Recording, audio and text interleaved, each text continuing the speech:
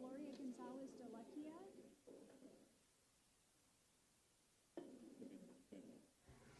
Gloria Gonzalez de Lecchia. Anna Smith. Here. Sade Fashikun. Here. Paul Gauthier.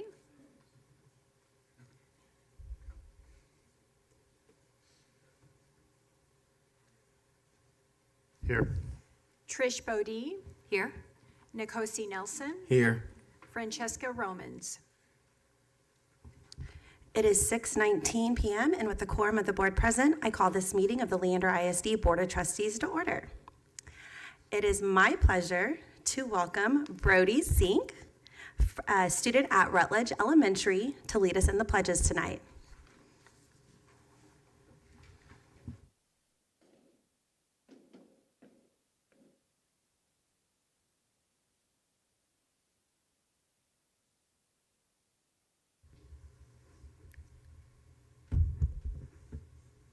Please stand and join me in saying the Pledge of Allegiance. I pledge allegiance to the flag of the United States of America and to the republic for which it stands, one nation, under God, indivisible, with liberty and justice for all. Please remain standing for the Texas Pledge. I pledge allegiance to the Texas flag, one state, under God, one and indivisible. If you'll join me in a moment of silence, please.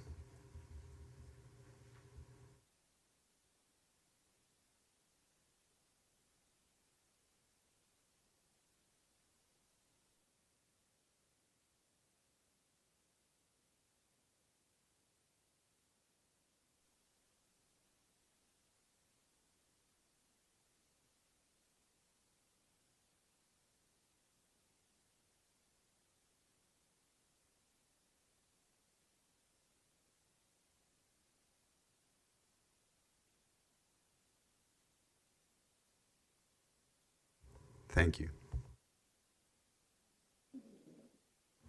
Great job, Brody. And now I will move on to what is one of our favorite moments of the night. It is our Spotlight on Learning featuring Rutledge Elementary.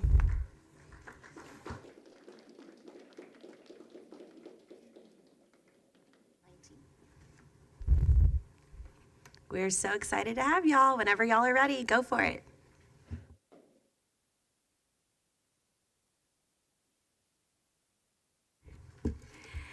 Good evening, Board of Trustees and Dr. Gearing. I'm Jessica Schock, the very proud principal at Rutledge Elementary, and I am honored to be able to speak tonight with some of our leaders on campus about the safe and innovative learning practices that happen at Rutledge in our classroom and across the school every day. So to provide a little context on what they're going to speak about, we have a teacher that is piloting virtual reality simulation that ties to some of the science curriculum, and the students have been able to kind of live in the real world of some of those opportunities they might not get. Brody's going to speak on that. Arwen is going to speak a little bit. Due to the size of our campus, in order to alleviate the number of students that are in PE on any given day, we have incorporated Inquiry Lab as part of our specials rotation. So she's going to speak about some of those practices and things they get to do in there. And last but not least, we have Nina, who is on our Student Lighthouse team, on our No Place for Hate Club, and then also participates in our monthly counselor lessons, and she's going to speak about how those have helped to create a safe environment at school.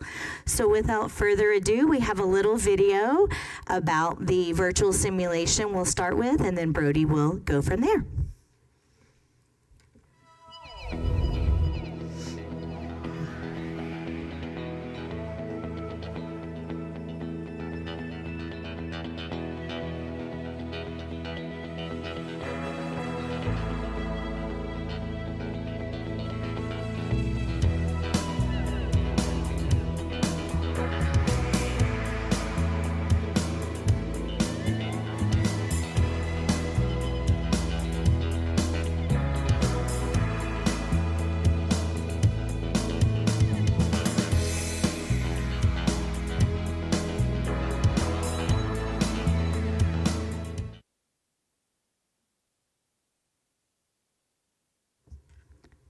Hi, my name is Brody Zink. I am a fourth grade student at Rutledge Elementary. One of the things I really enjoyed this year is being able to have a VR set in my classroom and learn about science. Mrs. Cruz and her husband have taught us how to use it, and it has been so fun and innovative. It was great to experience with my own eyes what a wind turbine was like in the Grand Canyon, even though I haven't been there. It was a different experience because you wouldn't be able to know what it felt like to look at it in a magazine or something else because the VR made it so real. The best part was to see the mechanics of the turbine. It surprised me how realistic it was. It was a little fishy to me at first, but our era is so advanced and the VR made it a deeper experience. It was really cool. I had never done VR before, and to do it for the first time in school and in a working environment and have fun doing it, was awesome. We are going to do one more in May, and I'm looking forward to seeing what other things I can learn in an innovative way. Mrs. Cruz and Mr. Cruz also did a great job in teaching us how to use it.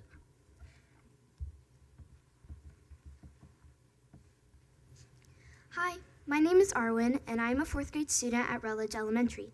I'm going to tell you a little bit about our Inquiry Lab. I love that we have Inquiry Lab as part of our specials rotation. The best part is that if you aren't an art or music person or anything like that, for example, science or creativity is right in front of you. It allows you to have a variety of experiences. I really feel like it's a safe environment because you have all the things you need to express yourself and be creative. In Inquiry Lab, there's a lot of self-expression, and the units teach us so many things. We get a lot of choice in the activities we get to rotate through. My favorite unit this year has been chess. I didn't know anything about it, but with the teaching of my friends and playing it in Inquiry Lab, I love to play it a lot. We even had a chess tournament at school.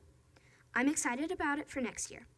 If Inquiry Lab was not a part of our school, our PE classes would be really big, and I would not have the extra learning I get in there. I really love going to Inquiry Lab, and I hope we get to do it next year. Hi, my name is Nina Zemede. I'm a fifth grade student at Rutledge Elementary. Rutledge feels like a very safe school for a lot of reasons. A couple of things that stand out are that we are a Leader in Me school, we have a lighthouse team, and our counseling lessons each month. The counseling lessons really help you cope with your emotions in the easiest way possible. When I started the lessons, I thought it wouldn't be helpful, but I've learned how to handle my emotions without any adult being needed all the time. It creates a safe environment because it turns us into leaders of tomorrow. If we didn't have it, people wouldn't have the skills to explore their emotions in the best way possible. It's great to know we can talk to teachers in our school and not feel embarrassed or unsafe. I serve on the Student Lighthouse team, helping kids to make decisions for our school and to give choices in what is good for our school. We have ideas that adults might not think about, and it helps our school to be the best we can be. Lighthouse helps us explore the 7 habits, and we do a video each month that goes on Rancher News and out to teachers to teach the habits. The videos also go out to parents, and it's a great way to remind everyone that kids know how to be innovative.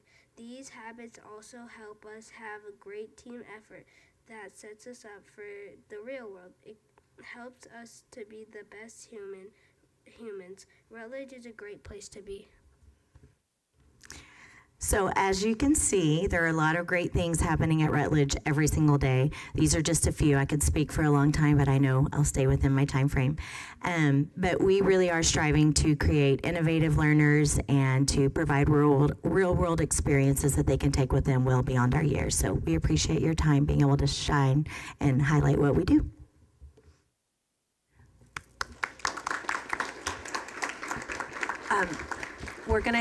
We're gonna get a picture with y'all, so just stand right there. And parents, if y'all wanna get a picture, you can come up here and get a picture as well.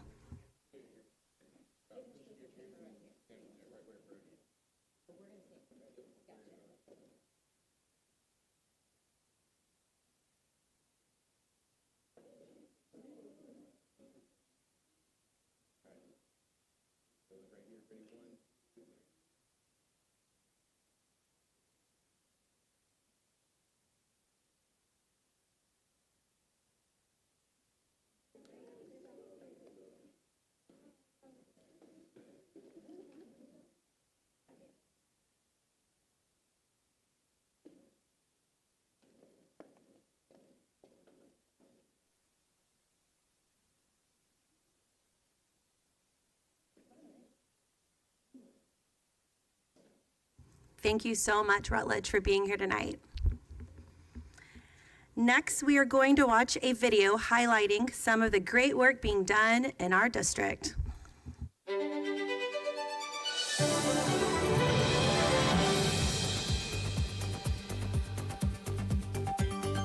Hello, we're back with more amazing stories from across Leander ISD. I'm Reed Cummins, a junior at Cedar Park High School. I'm Lou Lynch, a junior at Cedar Park High School. From academic achievements to inspiring staff members, we have it all for you here. And I'm Kira Cox, a junior at Cedar Park High School as well. Now that we have introductions out of the way, let's show you why LISD is such a special place.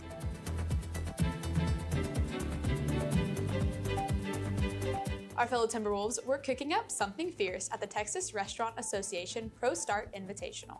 2 teams from Cedar Park High School's culinary arts program competed against 46 other teams to see who could handle the heat in the kitchen.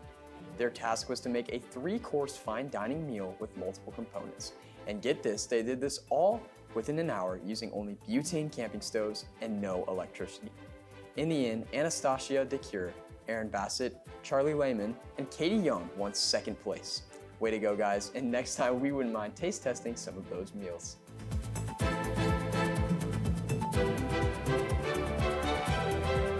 We're not done with the Wolfpack just yet because one of our coaches has earned a prestigious award. Cedar Park High School's wrestling coach Richard Eckley was named the 5A Boys Head Coach of the Year by the Texas High School Wrestling Coaches Association. Coach Eckley is fresh off an impressive showing at the UIL State Wrestling Competition, where they earned runner-up in the team standings and had multiple athletes finishing in the top 3 in their respective weight classes. This is an amazing achievement that shows a true legacy of excellence. Congratulations, Coach Eckley.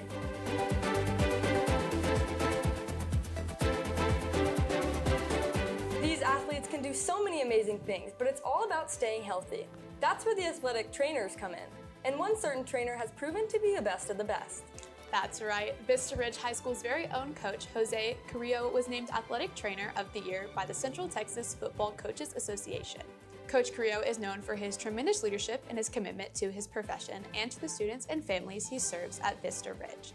A truly incredible achievement for an incredible human being.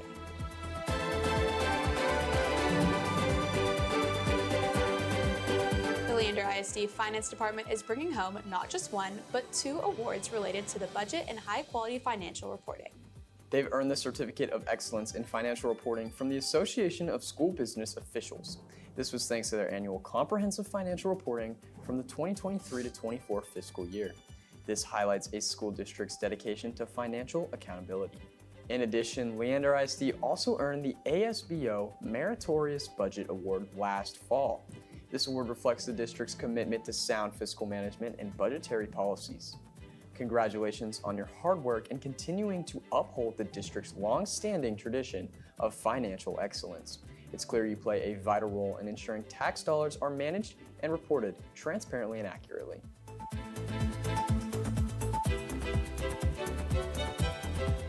School can be stressful sometimes, so it's always great when you can find a place on campus to get some peace and quiet.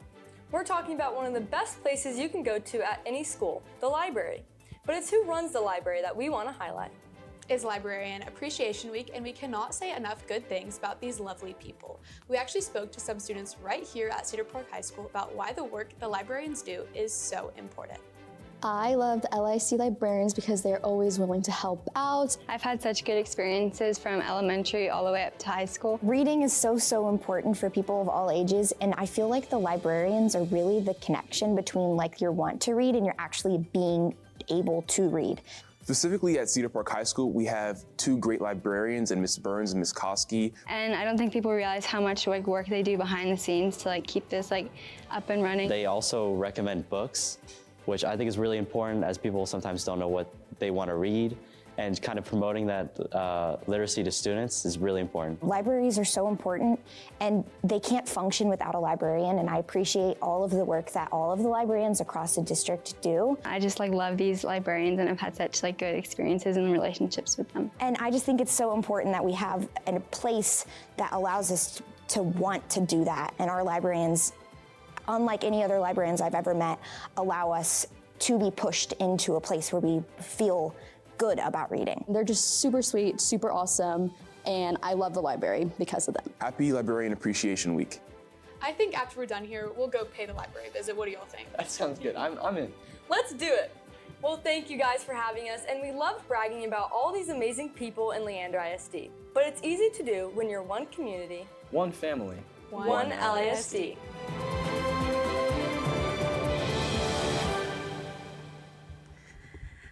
And next is the citizens' comments portion of our agenda. Before I invite the first speaker to the podium, we'll watch a short introductory video. Hello, my name is Kira Cox. I'm a junior at Cedar Park High School.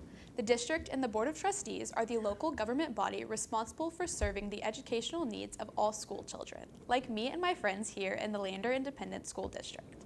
Their mission is to cultivate each individual student while creating a safe and supportive environment. The board is now taking up the citizen comment agenda item. This is dedicated time during this meeting to hear from the whole community, and the entire LISD family is listening. The district believes the Leander family thrives when we ensure a welcoming, safe, and caring environment. To our speakers, before you speak, we hope you have read the guidelines specified in Board Operating Procedures and BED Local. The board wants to hear from everyone. Please be mindful of your conduct and the example you are choosing to set when presenting complex information. Remember that school children of all ages may participate in board meetings either by watching them online, or you might even see some of us in the audience.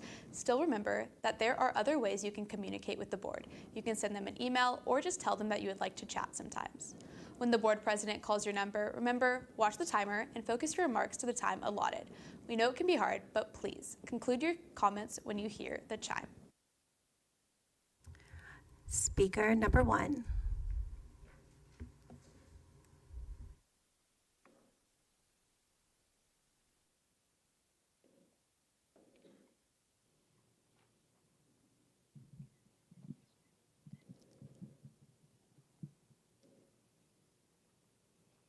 Good evening.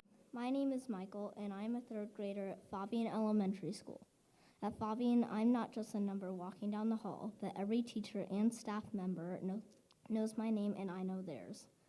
Sometimes I feel anxious and overwhelmed because I'm a perfectionist. My teachers help me by noticing that I'm struggling often before I even have the chance to ask for help. They help kids with big feelings let their anger, sadness, or stress out in a safe way.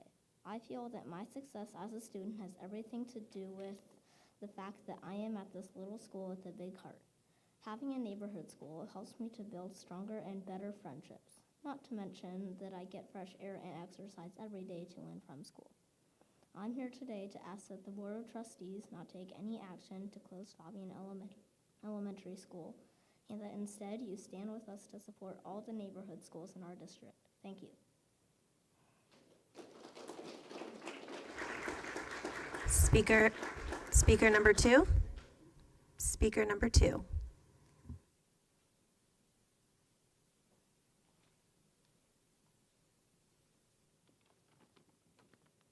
Hi, my name is Nathan, and I am in 4th grade.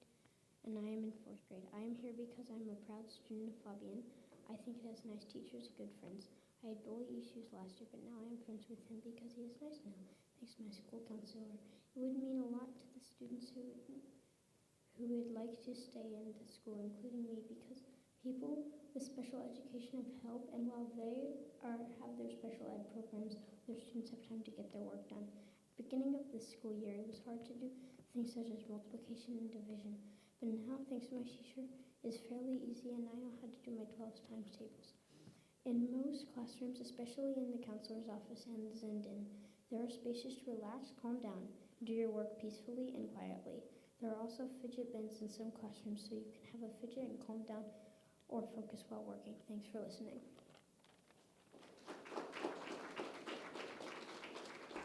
Speaker number 3.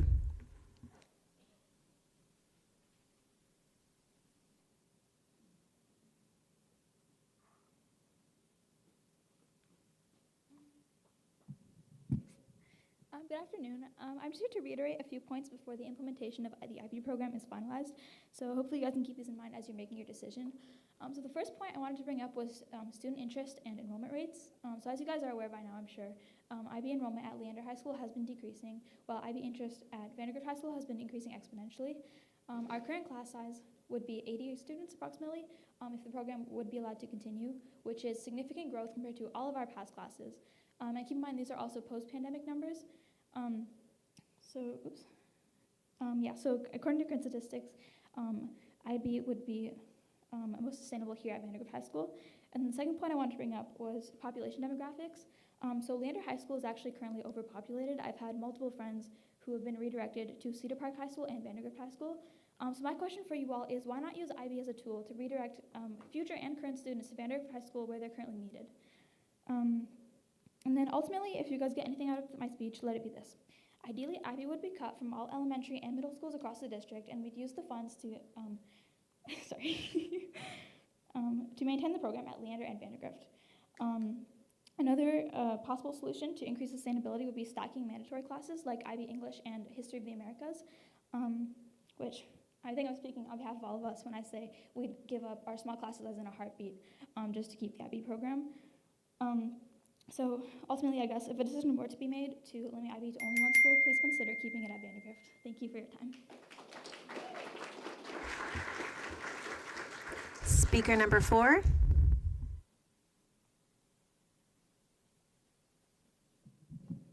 Good evening.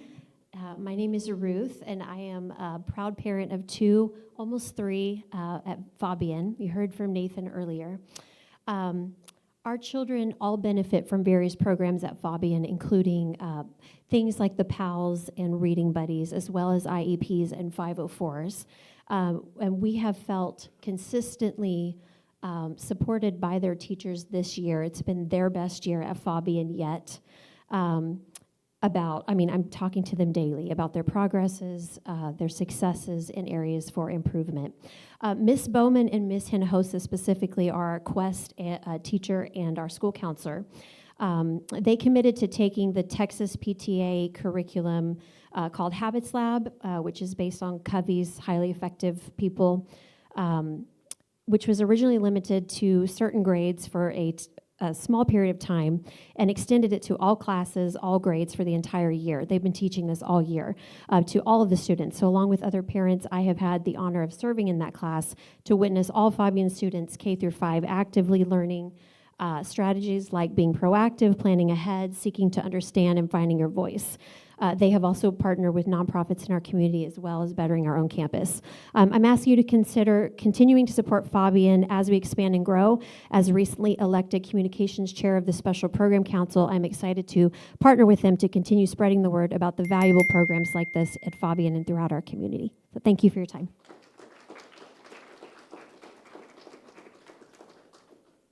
Speaker number 5.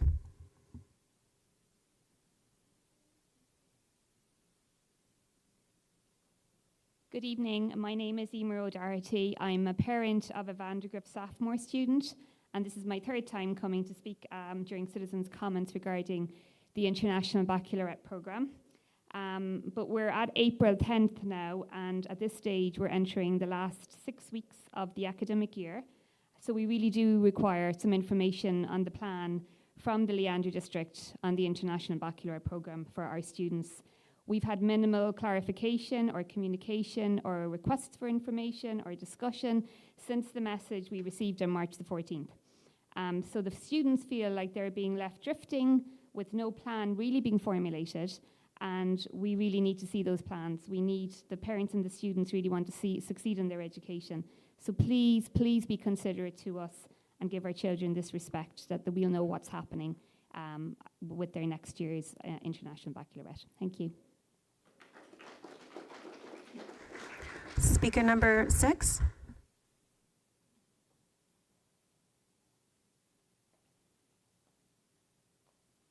Good evening. My name is Lindsay. I am the proud parent of 3 children at Fabian Elementary, and I have a little 3-year-old who will be there in just a couple years. This school, Fabian Elementary, means so much to me and my community. Next year, Fabian will celebrate its 50th year of being a school, and we plan to party and to celebrate. It is more than just a building. It is a legacy school that has impacted thousands of lives over the 5 decades. The idea of repurposing such a vibrant and deeply rooted part of our community is truly heartbreaking to myself, to other parents, to staff, to teachers. They have given so much to Fabian, which is a little school with a big heart.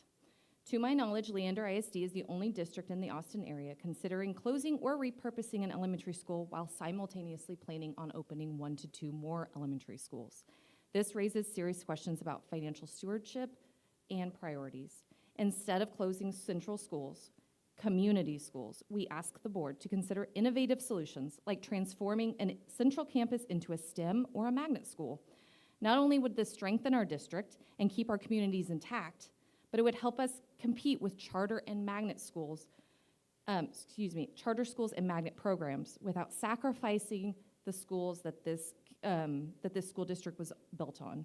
Thank you for your time, and thank you for listening to the voices of the families that you serve. Speaker number 7.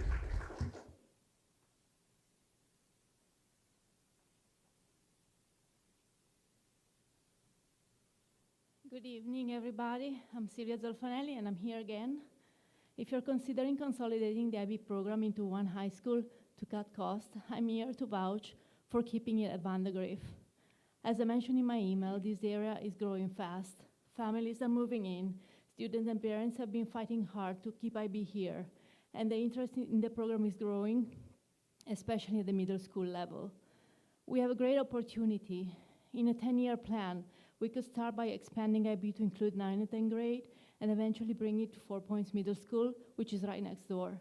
This will also bring more families into the very elementary schools that you're considering consolidating. It's a win-win. If you're considering a different solution, I understand why Cedar Park may seem like a logical option.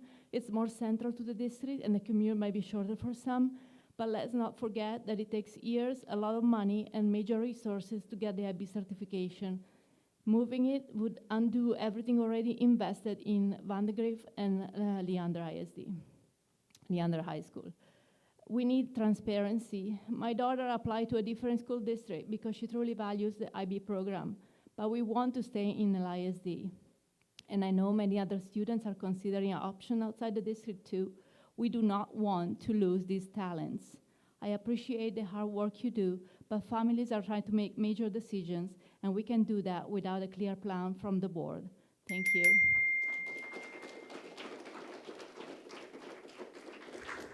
That concludes our citizens' comments for the evening. Thank you, community, for making your voice heard. And now board members, do we have any motions related to consent agenda items? Madam President, I move that we adopt the consent agenda as presented. Second. I have a motion from Trish, a second from Sade. All in favor? 4 in favor, all opposed? 1 opposed, motion passes. Next, Dr. Gearing, you're up. It's a superintendent's report. Thank you, Madam President. Board members. We'll start with a couple of celebrations. Glen High School Indoor Percussion are TCGC state champions again. This is an incredible achievement on the Texas Color Guard circuit. This really is a phenomenal experience for all of these kids. They do an incredible amount of work to get to this level. It takes them out of band season and then all through the winter to progress through to the state championships. And so just congratulations to all of these kids and their directors for really an incredible performance. We also have Vandergrift High School Valor, FRC 6800, the Viper Bots, won the state championship as well. I'm not sure where it was actually, this thing, in Houston this last weekend. And so they'll be progressing on to the World Championships. As well as that, ViperBot's FTC students also progressed through state championships, and they are also going on to the world competition. And as a matter of fact, we have a number of those students and perhaps some parents and sponsors here. So I would like to invite them to come up to the podium here right now and come and take a picture with us if you wouldn't mind. We'd love to have you here.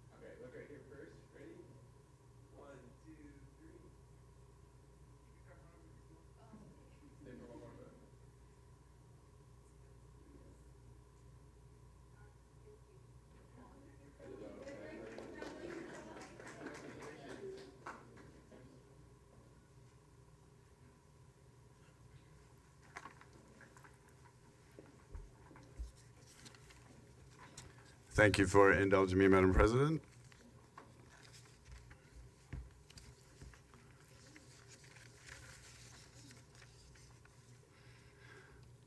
All right, what about Cedar Park High School girls soccer team?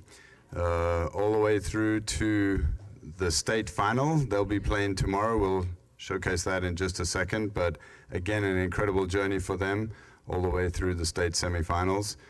Great shout out to the team, to their parents for all the support that they've given them over the years, and to their coaching staff as well. And then you heard earlier that it's not just them, but also training staff and all kinds of other support that they get day in, day out from their school.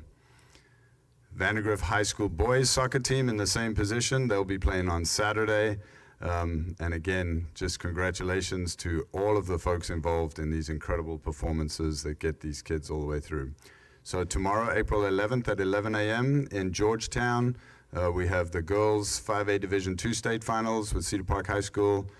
And then on Saturday, Vandergrift again at Georgetown at 1:30 p.m. So we hope to see you out there. All right, talk about empowered learning for just a second. What's interesting about this program is that this is completely student-driven. So we have some students at Vista Ridge High School from the Spanish National Honor Society who are in AP Spanish 4 and AP Spanish 5. And one of the problems that they have is it's really difficult to speak Spanish when you're at that level. And so they decided that they were going to start a peer mentoring program, but they wanted to target the dual language campuses in the district. And so they have now had 2 visits to Knowles and Baghdad Elementary School where they're working with 5th graders. And the goal here is twofold. So the high school kids are trying to improve their Spanish. So they're getting these 5th grade Spanish kids to speak to them in Spanish. And then at the same time, they're mentoring these 5th graders, and also the 5th graders are getting the benefit of practicing their English with older kids. One of the things that they've said is that this is a low-pressure environment, which makes it so much easier to practice the language, because it's very difficult when you're trying to speak Spanish and you're learning Spanish, or trying to speak English and you're learning English. When you're speaking with somebody who's really competent, then it's much more intimidating. And so this has turned out to be an amazing program, supported by our World Languages Department at the district level, who is providing transportation for these students to get over to these campuses. And they hope to be able to expand this next year to include the other 2 dual language campuses as well. And then we had really the excitement of our annual LIVE celebration. This is for our 18-plus students across the district. The incredible part of this is presentations from students like this who can articulate very clearly what their goals are and how they're going about achieving those goals. And the showcase of that is just such a special environment that is very unique in my experience in school districts, and really a testament to the staff of our 18-plus and transition services program. And we're very excited, of course, that they are getting a new facility next year that will really help to accelerate this program as we go through. It's incredible to me the amount of community support that we have for our district and for our students. I will shout out specifically Chick-fil-A from Leander, who's done an incredible job of supporting this program every single year.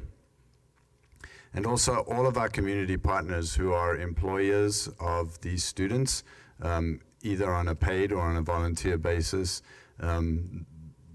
Some of them came out and spoke at this event, and just to hear the heart and the empathy and it's an incredible compliment to our system that they are so excited about working with these students across the district. And of course, we couldn't do it without our transportation, and so they give a special bus driving award every single year.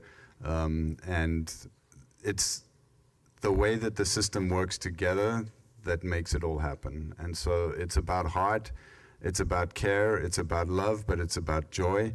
And it's about coming together and collaborating to make these kinds of things possible for each and every one of our students in the district. So thank you to everybody for the incredible work that's going on in #OneLISD. Thank you, Madam President. Board members, do you have any questions?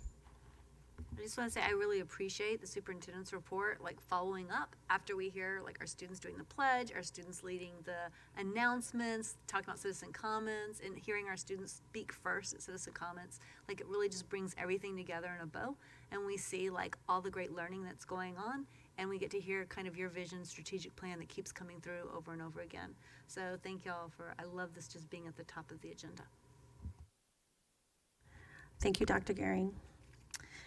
Board members, since we have a few guests with us this evening, we're going to change the agenda item order. We're going to start with 7C1, consider approval of the Bond Oversight Committee recommendation to reallocate bond funds to the Early Childhood Center project. Welcome, Miss Alexis Grimes and Mr. Jeremy Trimble. When y'all are ready, take it away. Thank you, Madam Vice President, members of the board, Dr. Gehring. That was not supposed to be like a special entrance or anything. I just wanted to meet Alexis out at the door, and so I do have the privilege of being joined tonight by Alexis Grimes, a member of the Bond Oversight Committee. And she's going to be sitting in for John Lux, who couldn't make it tonight. And Alexis was at the last meeting, and so she's going to help guide some of this presentation tonight. But what we're going to talk about is the consideration of approval of the Bond Oversight Committee recommendation. Yes. There we go. Thank you, Jeremy. The purpose of tonight's presentation is to discuss the recommendation from the Bond Oversight Committee following up on our meeting from March 26, 2025. Thanks. It's been a minute. We need to consider approval to reallocate bond funds to the new Early Childhood Development Project. All right, I'm going to help a little bit on the background side of this. And so if you recall, back in June of last year, you got an update on just the design of the Early Childhood Center that's to be placed at the Halsey site. So this is a 36.6 acre property for this location. And if you recall, in the 2023 bond, there's $161 million that was allocated for repurposing campuses. And then you saw a recommendation come from the Bond Oversight Committee and the Long Range Planning Committee later to allocate $60 million to designate to the construction of a new early childhood center. This is a center that will serve pre-K students, helping out 6 of the surrounding elementary schools. And this facility would be scheduled to open in the 2026-2027 school year. I'll tell you what we're going to be talking about is a $4 million funding gap, based on the original scope. If you remember the concept, it was that concept only. You saw what the building ended up looking like. And so I'll go through a timeline in a minute, but you'll see that based on some inflation, refined design scope, and some additional site work, you have to remember this is a very large site. There's actually an area for future development. And so a lot of the infrastructure would be developed with this project to serve future development on the property. So what this would mean is that $97 million would still remain in the 2023 bond for any future repurposing projects. And from our perspective, administration is still confident that those dollars would remain sufficient. Obviously, there's still some conversations that need to occur, but we're confident that any future projects could be completed with the remaining $97 million. Real quick, here's a project timeline. It all started back with it got up to, I think, 100 members on the committee for the Early Childhood Center. We did this like in a charrette style, Think Smart Planning, that group that we've used in this district for years and decades that designed the elementary prototype, the middle school, and the high school. Same type of process, brought Molly Smith in here and ran through this and developed educational specifications along the way. But what you'll see is that there is engagement throughout the entire fall of schematic design, design development. Then we do pricing at design development. We ran through some value engineering exercises along the way. So really what we've been able to do is hone down on the most efficient and effective way to design this early childhood center. Jeremy, So, I'm sorry, because I keep noodling on it. The slide before this one, yeah. you said you're really confident that the 97 million is enough for future repurposing projects. And for me, when I just heard you say that, it makes it sound like we know what the future repurposing projects will be. And if we don't know what the future repurposing projects will be, how can we be certain that 97? So I'm trying to move on with the presentation, but I'm just saying that caused some cognitive dissonance when you said that. Can you help me understand what you're saying? Absolutely. And so if we recall the amount of dollars that were allocated to the bond, on a few separate projects, given this $4 million funding gap, yes, we don't know exactly what we're going to be able to accomplish, but given $97 million, we have to have some level of confidence going into this that $97 million should be sufficient for a number of projects that may be developed coming out of the long-range plan. Again, there's still a lot of unknowns, but administratively, we don't believe the $4 million will make a negative impact on being able to accomplish any projects that would come out of the board and the decisions at a future date. So what is the 4 million, or not having the 4 million, what does that do to the entire project? Sure. Yeah, and so there's a number of things that go into this project, and it's very different, right? And so that's one exciting thing about Early Childhood Center is this doesn't look like an elementary school, right? It's very different. When you look at how the different pods are laid out, and I'm going to advance a little bit. So this is kind of a site plan. See, there's fingers in each one of these little pods. And so that creates neighborhoods within this early childhood center. They all have individual outdoor play areas. We don't just send 600 students out onto one big play area like an elementary school. So a lot of those components are where the difference lies with an elementary school. And so if you look at the difference in cost, it's really associated to those unique items that are involved with an early childhood center. We have to do things different and do things in an efficient manner. Like this doesn't necessarily have a cafeteria, right? So there's meals prepped here, but then they eat in their pods.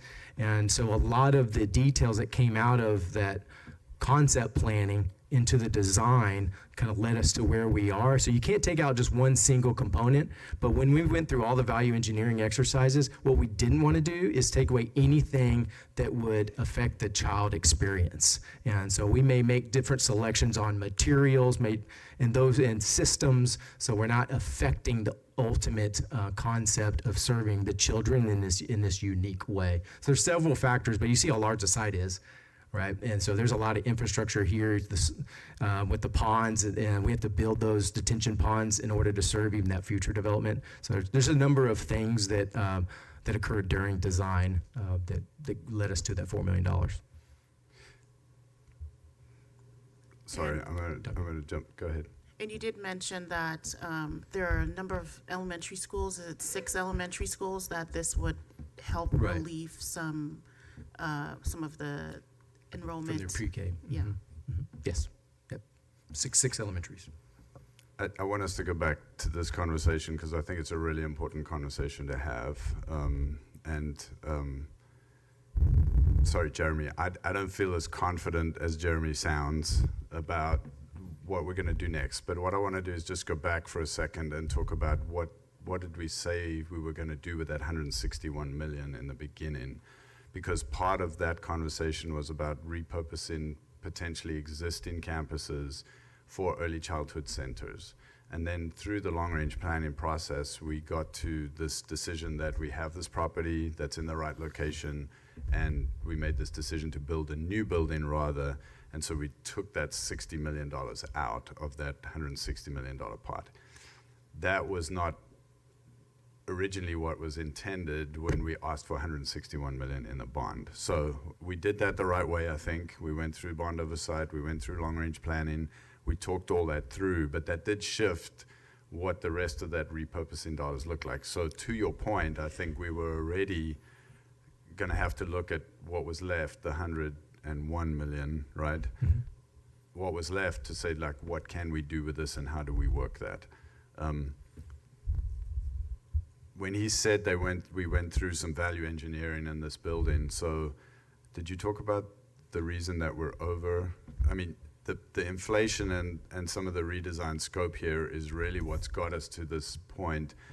When they say value engineering, they've already taken out the entire child development center that we had designed in the original design. So there was another, I don't know if wing is the right word for it, but another part of this building, component of this building, that was going to actually function as a child development center for staff, children. So that has already come out. Now it's still planned for and can be added in the future, but we've already taken that out just because as we designed this building and in the inflation environment we're in, we were not meeting budget requirements.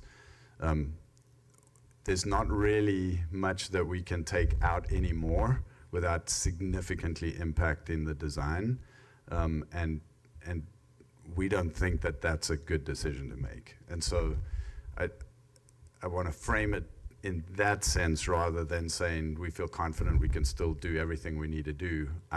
We don't know what we're going to do with that $97 million, but we really feel like this $4 million is important to pour into this project to make sure we do this project right, because we're at that point of having to make that decision. And then we'll have to wrangle through lots of more conversations about how do we spend that $97 million. So I hope that helps, and I do apologize. No, thank you. Thank you.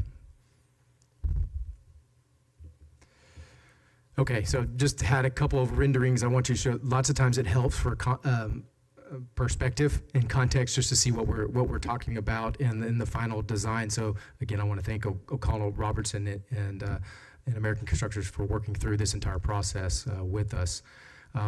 So this kind of sums up really the reduction from the 101 to 97. You have the initial budget of 60 million plus the $4 million in additional dollars allocated to the Early Childhood Center. So we're still remaining within the original $161 million in the 2023 bond allocated to this category.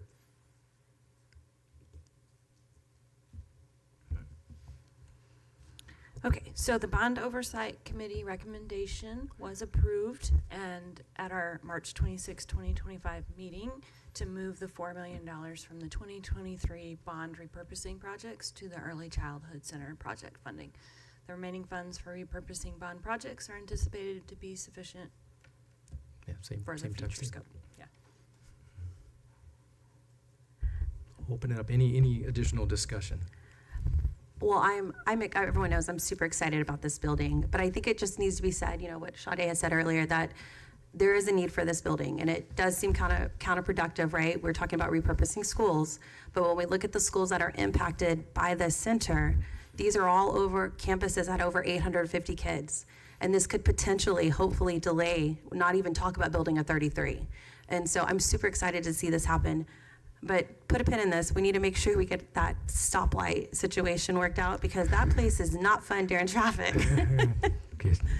Board members, any questions? No, I do think, you know, there's a lot of due diligence and work on getting us to this point. Yeah, actually, I do. I have one question, and then I'll ask one final one. Alexis, y'all, I know, would be very cautious when you're talking about bond funds and how we're going to use them. Can you tell me just kind of where you felt the committee landed as overall, like why this project, why we needed to do this? I think the conversation, I mean, we'd already obviously started this path before I was on the committee, so this was already fully developed and fleshed out, but the conversations around this were, well, it does alleviate the 6 elementary campuses and provides that relief that are in close proximity. That was one of my questions for sure, and we had good discussion regarding, you know, how feasible it is to get the littles there, what a safer environment it is for littles to be kind of self-contained, and not have to go in and repurpose 6 different campuses, but create their own space and learning environment. Yeah. So, Well, it's thank good you, and discussion. thank you for the committee for doing this work. That's really important to have our community, because we're gonna have some hefty conversations coming up on bond. I'm not really sure when you are gonna get tagged into this, but I will go ahead and put a flag on, like, I do agree, like, this is needed and it's moving. But we also know the legislature has a certain desire in legislation. This will impact future bond funds.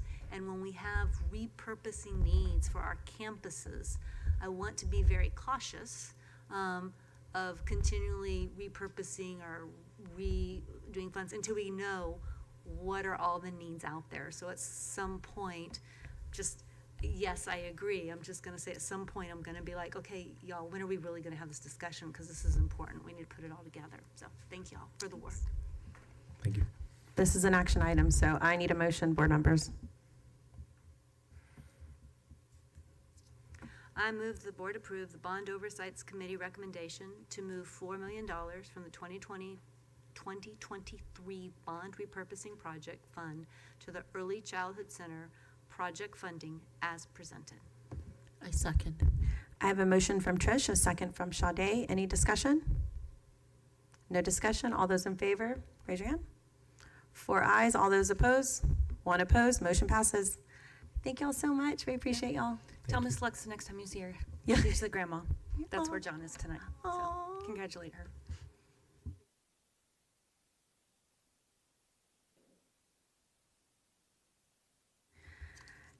All right, board, now we're gonna go to 7C4, consider all matters incident and related to the issuance of sale of Leander ISD bonds. Dr. Pete Pape and Mr. Roberts. Whenever y'all are ready, take it away.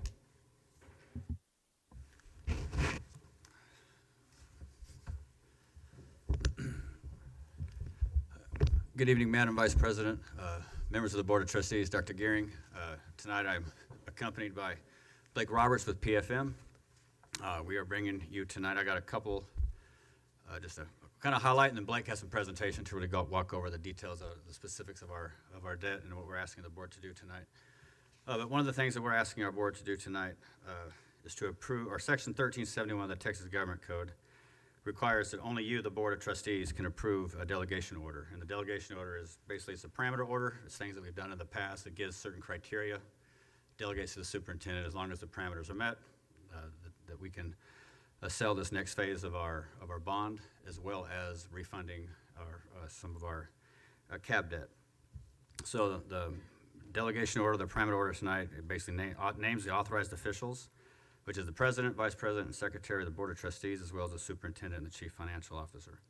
It also will establish a not-to-exceed true interest cost of 6.5%.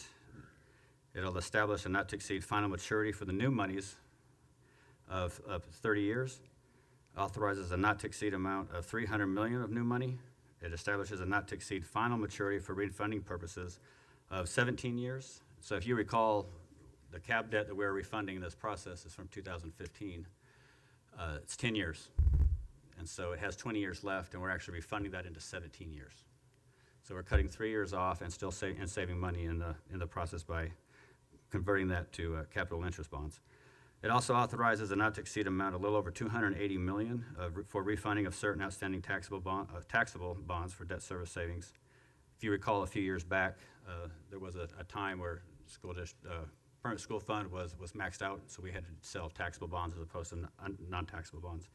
It also establishes a minimum net present value savings threshold of 2% for any refunding bonds. So just to kind of give you a highlight before I turn the time over to Blake to blow you away with the numbers in the presentation. So one of the things that Leander has done for, since 2015 is we began this 10-year plan to basically completely restructure and overhaul our debt. As we've had a debt service tax rate, and it's been even. So sometimes, some years it brings in a little more revenue than what the bond payment is. And that revenue, we've gone to the board each year with the intent and told them we went to the budget process to use any of these surplus INS funds to prepay and also defease any expensive capital appreciation bonds. So we've been paying debt early, trying to be the best stewards of our taxpayer dollars we can. And in this process, and tonight kind of is the final piece, but we've saved hundreds of millions of dollars in this process. So if you look at all the bond refundings from 2015 all the way to 2024, converting the CABs, just to call them SIBs, but capital interest bonds, similar to your home. You know, each month, each time you make a payment, part of it goes to principal, part of it goes to interest. CABs were all interest, and at the end of the year, at the end of the term, you pay the last interest payment as well as the principal. So before this, refunding tonight, our debt service savings have been $225 million if you look at it from a net present value. If you look at it strictly from cash flow, we saved $629 million from what our debt portfolio looked like in 2014, 2015. So basically, without being able to do these things, both of our Fitch and S&P both have increased our ratings in the last 2 years. And so we're beginning to get out of that cab debt, and basically we're being, if you want to, we call it rewarded, or at least acknowledged by the rating agencies that our debt is in a very good place. And a lot of that is to give credit is to the board, is to give credit to PFM for helping develop that plan. I'll give credit to Dr. Gehring, Dr. Troxel, anybody here before me? I mean, you know, the two CFOs before me, we've all showed up and continued to stay in this plan. We've got fortunate, you know, I mean, not that there's a lot of fortunate with COVID, but the interest rates are really great when you're looking at refunding bonds during the COVID era. So we were able to maximize that.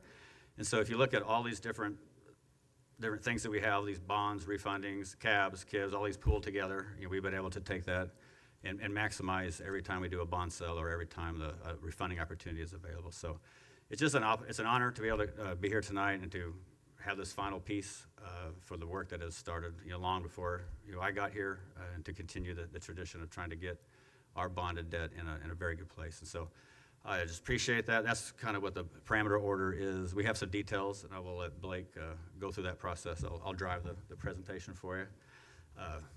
But we've got just the highlights and details of our specific bond, what this does and where this puts us, and where we've been and where we're at. So it's all yours. Well, thank you, Dr. Poppy. You've covered it well, and I'll be quick in my remarks, but I am Blake Roberts with PFF Financial Advisors, the district's bond advisor.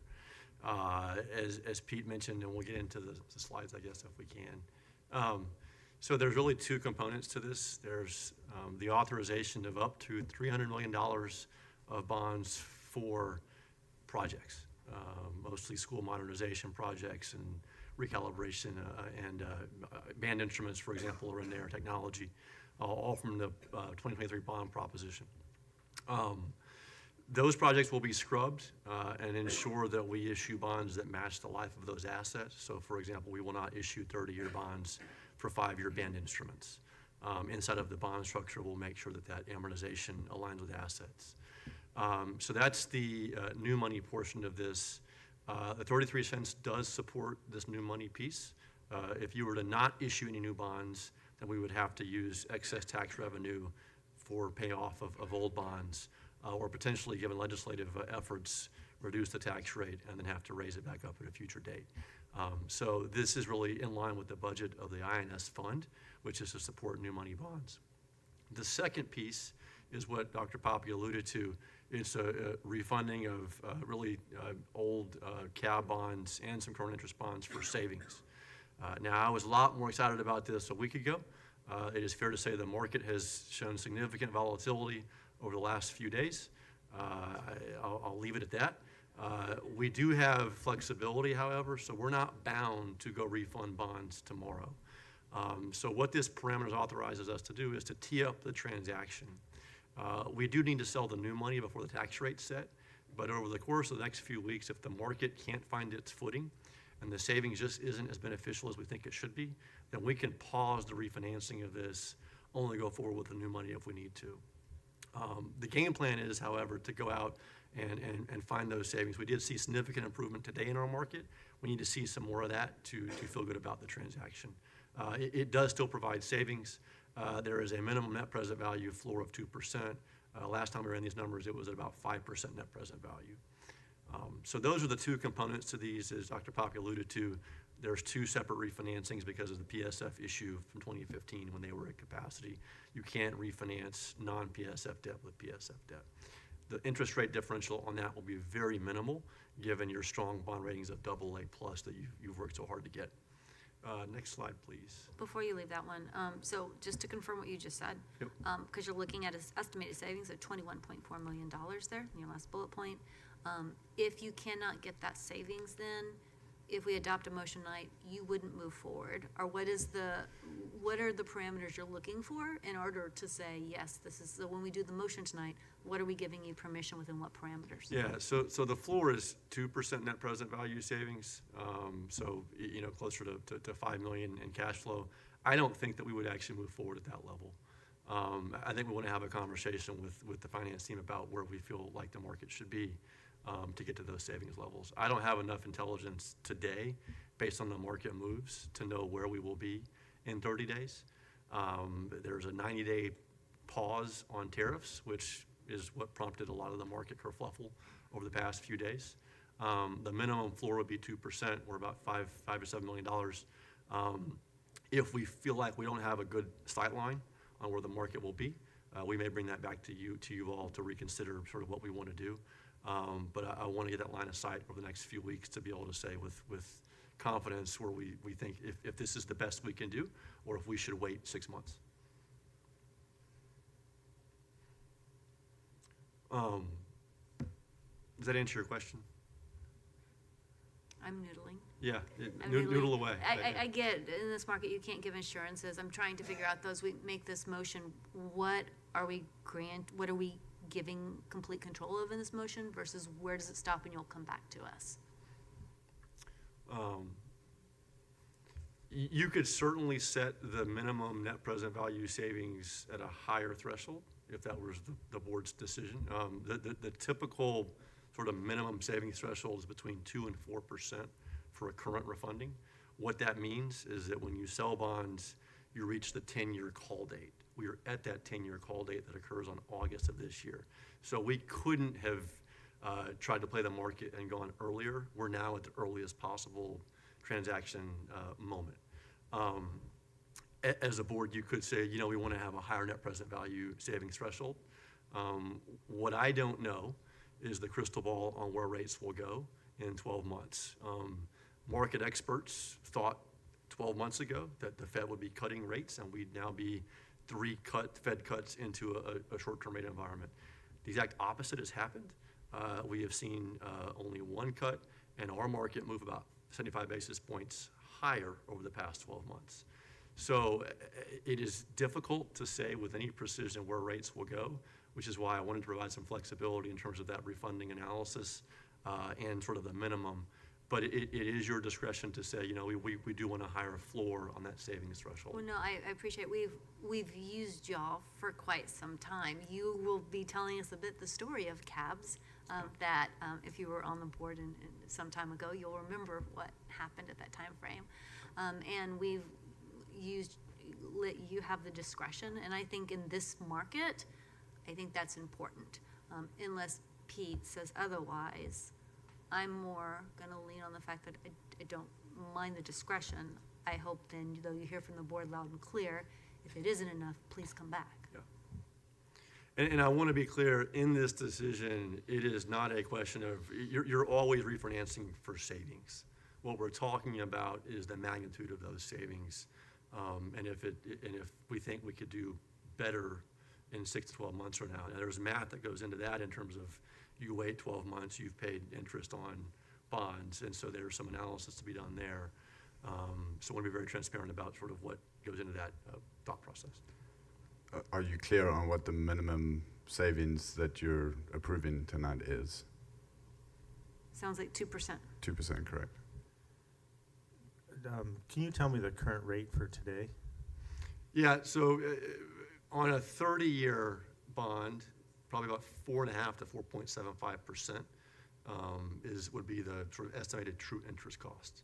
I want to be clear about the magnitude of the volatility we've seen, because that is very impactful. I think yesterday was the 6th or the 7th largest move in our market index in the history of tax-exempt municipal indices. And then today was the 7th or 8th biggest improvement. Typically, our index moves about in basis points, so 0.002% or so a day. We've seen basically almost a percentage point swing in the last 4 days. So I tell you that rate in that context. The refunding interest rate will be lower because of the shorter tenor on that, the term, probably lower than 4% on that. So we divide kind of the refinancing bonds versus the new money 30-year bonds on the rate piece of it. But good question, and that's the best I can do today. So I have a question regarding the $300 million. I'm just trying to understand that number, whether it could have been lower, it could have been high, like why 300 million? So you want to take a crack at that? We originally planned on 200 to 250. We got with Jeremy and his staff. We looked at some of the projects coming up. One of the things that was not originally in our number that we had come up with was some of the repurposing and what the timeline was going to be on that. And so that was, we looked at, that put us easily at 250, 260.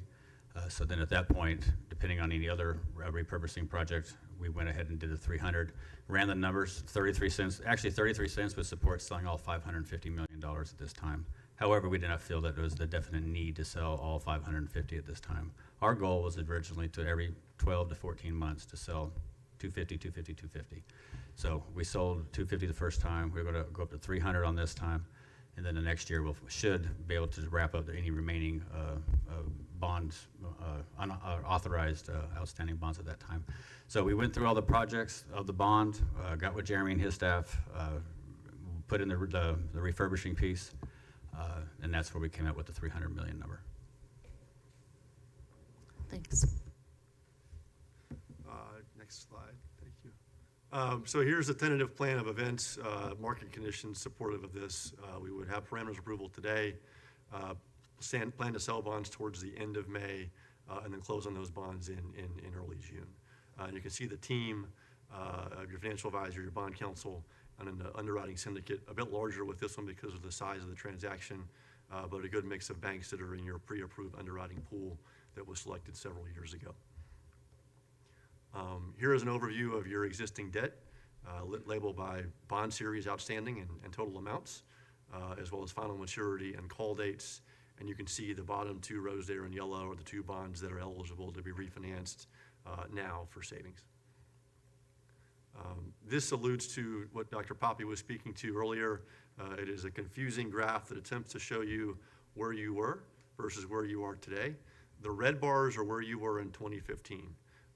What I want to describe to you is unlike a mortgage payment where you have predictable payments every year, in 2015 your payments were going to grow significantly over time. And that was at a much lower tax base value of about $15 billion.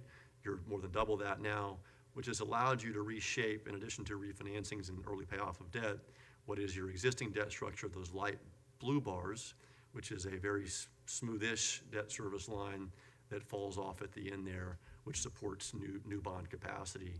And if you go to the next slide, I want to comment on this as well. Again, that what was on the previous slide directly supports this, which is bond rating upgrades over the past few years, AA+ from Fitch, AA from S&P. Comments on that are very strong financial performance, good reserves, good economy. We anticipate to have similar outcomes with the rating agencies that this go around as well. Ignore this slide. This is tax exempt rates in the last 12 months. What is missing is significant increase followed by some decline. But as I mentioned, 4.5% to 4.75% as of today for 30-year bonds. Here's an overview of your existing debt. What you see is the yellow would be the new portion of the bonds being issued on top of the blue, which is your existing debt. And then the 33 cents is the revenue the gray dotted line there is the revenue generated by 33 cent INS rate. So it's supportive of the new bonds that will be issued. And lastly, to show your work slide, this is the pro forma that lays out kind of the plan of finance with the refunding savings and the new money principal and interest layered in. Happy to answer questions on this if you can even read it, but for the community and the agenda backup, that's there for transparency. I need to take a small commercial break for the section in hold harmless.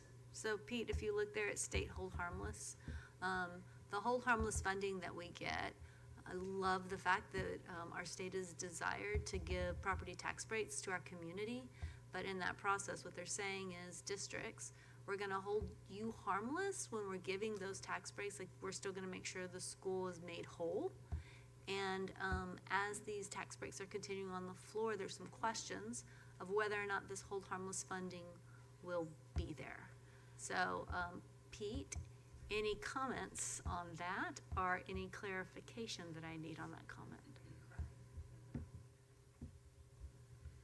Yes, there is currently some talk at the legislature down south in Austin.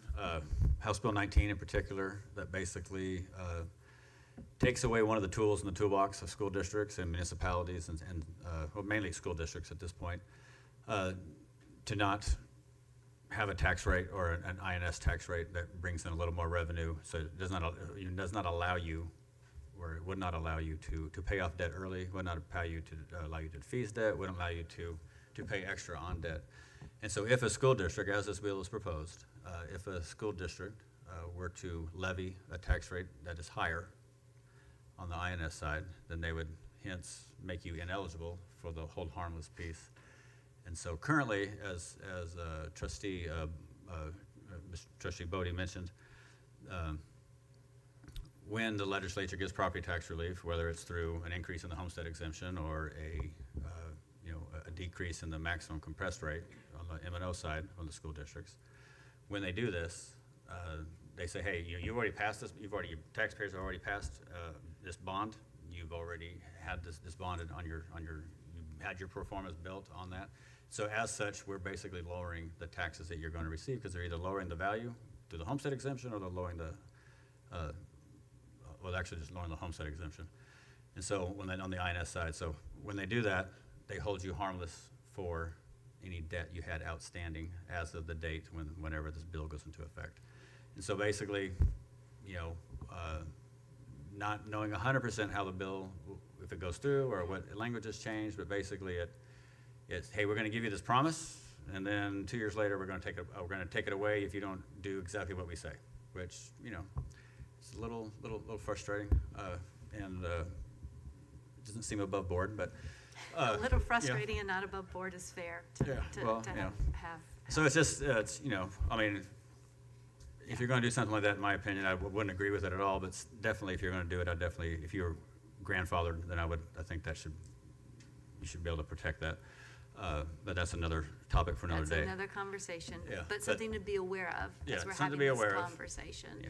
And I'd like to thank PFM for really, like, this sheet helps us kind of see kind of the trajectory of where we're headed and how the focus has been considerably to continue to pay down that debt.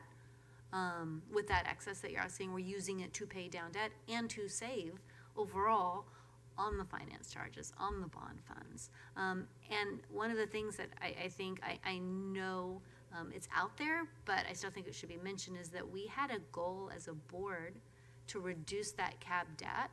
And correct me if I'm wrong, we were at one time, like, I don't know, over 70% of our portfolio was in CAB debt. And we had our community come and say, no, we do not feel that is a good use of taxpayer dollars, and we want you to address that.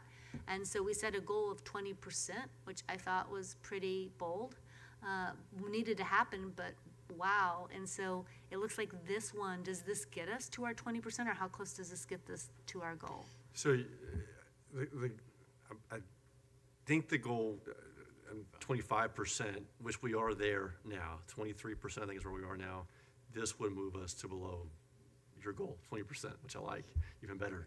So I was already on there. Okay, great. But I think this is a good thing. But yeah, it would get you there. So 15 and 16 are sort of the last big slugs of CAB bonds that you have. When we have CAB that we've had to issue because under the current state law, it's difficult to you have to issue cabs or refund cabs. The idea is that those cabs are much less expensive. But you have done a tremendous amount of chopping wood to get to where you are now, which is below 25% cab debt. Thank you, PFM, and thank you, board. This has been a long, long haul, So I just have two questions. One of the, when we look at the current environment of the rates and that 300 million that you talked about, how does that, I mean, I know everything's already worked in, but how does that, is it a favorable environment or not so favorable right now to be taking out new bonds? Yeah, there's a chart I wish I had that kind of looks back over 25 years or so. We are certainly well above where we were in 2020 when Fed had its rates near 0%, or at 0%.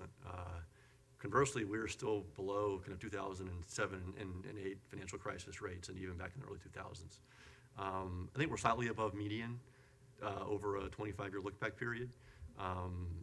So 4.5 to 4.75% is certainly higher than where we were last year or 3 years ago. But over a 25-year period, we're below sort of where we've been at the peak. So we certainly hope for better. What I would say is in our market, we've been on about a 10-year sort of bull run where rates have just come down and come down and come down.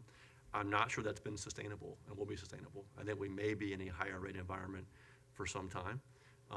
So all that being said, still to be under 5% for 30-year paper is sort of passes the smell test for me. But it is above where we were 4 years ago. Okay, and then the last one is when, for this table, you have the principal, you have the interest, everything added up there. But historically, that's really what we always look at, which is the principal and interest. But historically, since we've been paying down and doing the refundings and paying this down early, the interest there's been a lot in interest savings. And so even though that principal and interest amount there is, assuming we don't do anything and just continue to pay on schedule, that's what it will be. But at based on past behavior, it really has been costing less than that. It's a really great point. This is 30-year debt, assuming that nothing happens and we never touch it. The reality is we will sell bonds with a call date in 10 years. What that means is that even if rates stay the same, you've now gone from a 30-year bond to a 20-year remaining bond. So like a mortgage, you can refinance to a shorter term. So the idea is that if we are in a rate environment that would support that, we could extract savings. That is what we've historically done, but this is what you see sort of when we lock in the rate in a month or two from now, that would be the worst case, and from there we would hope to get savings in year 10 and year 20. Board members, any other questions? If not, I need a motion, please. I move that the board adopt an order authorizing the issuance of Leander Independent School District Unlimited Tax School Building and Refunding Bonds, Series 2025A, and Leander Independent School District Unlimited Tax Refunding Bond, Series 2025B, as presented. I second. We have a motion from Trish, a second from Sade. Any discussion, board members? No discussion. All those in favor, please raise your hand. 5 ayes, motion passes. Thank you all so much for being here. Thanks so much, Blake. Thanks, Dr. Papu. All right, board, we're going to move some agenda items again because that's the name of the game tonight. We are going to head to 7B1, discussion of board members attending TASBY's SLI conference. Yeah, no, it'll be really quick. Wait, where did Trish go? Yeah, I know. Nope. All right.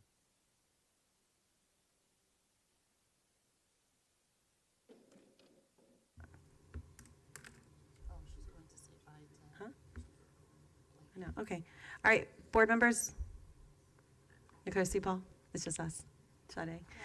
Okay, good. Okay, we are having this discussion of this leadership SLI during the leadership conference as a board.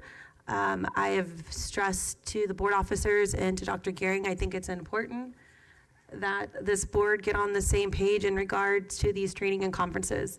And we're not doing a bunch of one-offs. And I know I was selected to do a presentation at SLI this session. It's It's Navigating Special Education, a Trustee's Guide to Advocacy and Accountability, just spreading the gospel of special education to all the trustees around the state of Texas. But this agenda item is to get an idea of what trustees would like to go to this conference. It's a San Antonio one. The date is June 11th to the 14th. Anna, correct me, this is like a preliminary conversation. Yes. That at some point, we need to be talking about like, what is our state board development framework as far as what is our evaluation and training we need?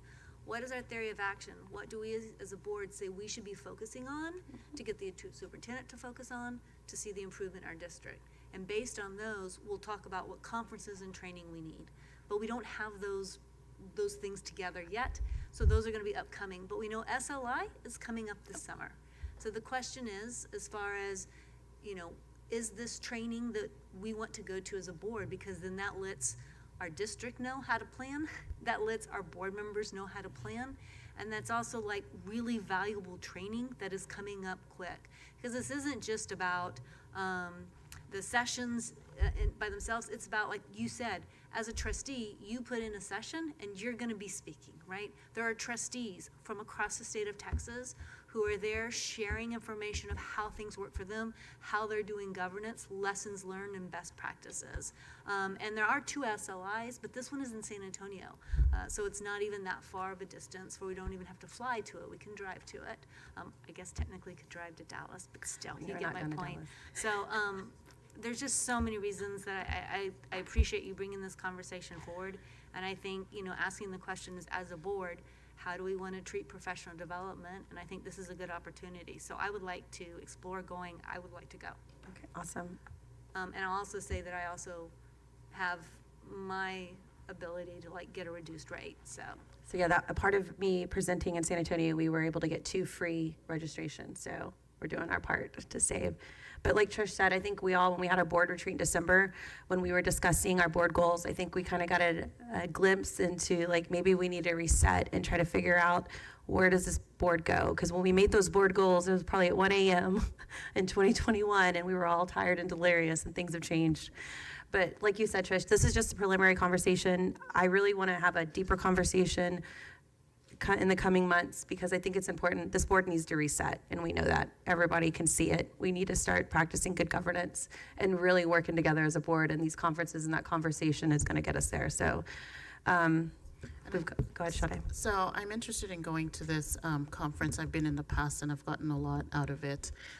But I also think that we should also discuss the budget, what we have for our training. So I know Dr. Gearing and I talked about that to prepare for next year.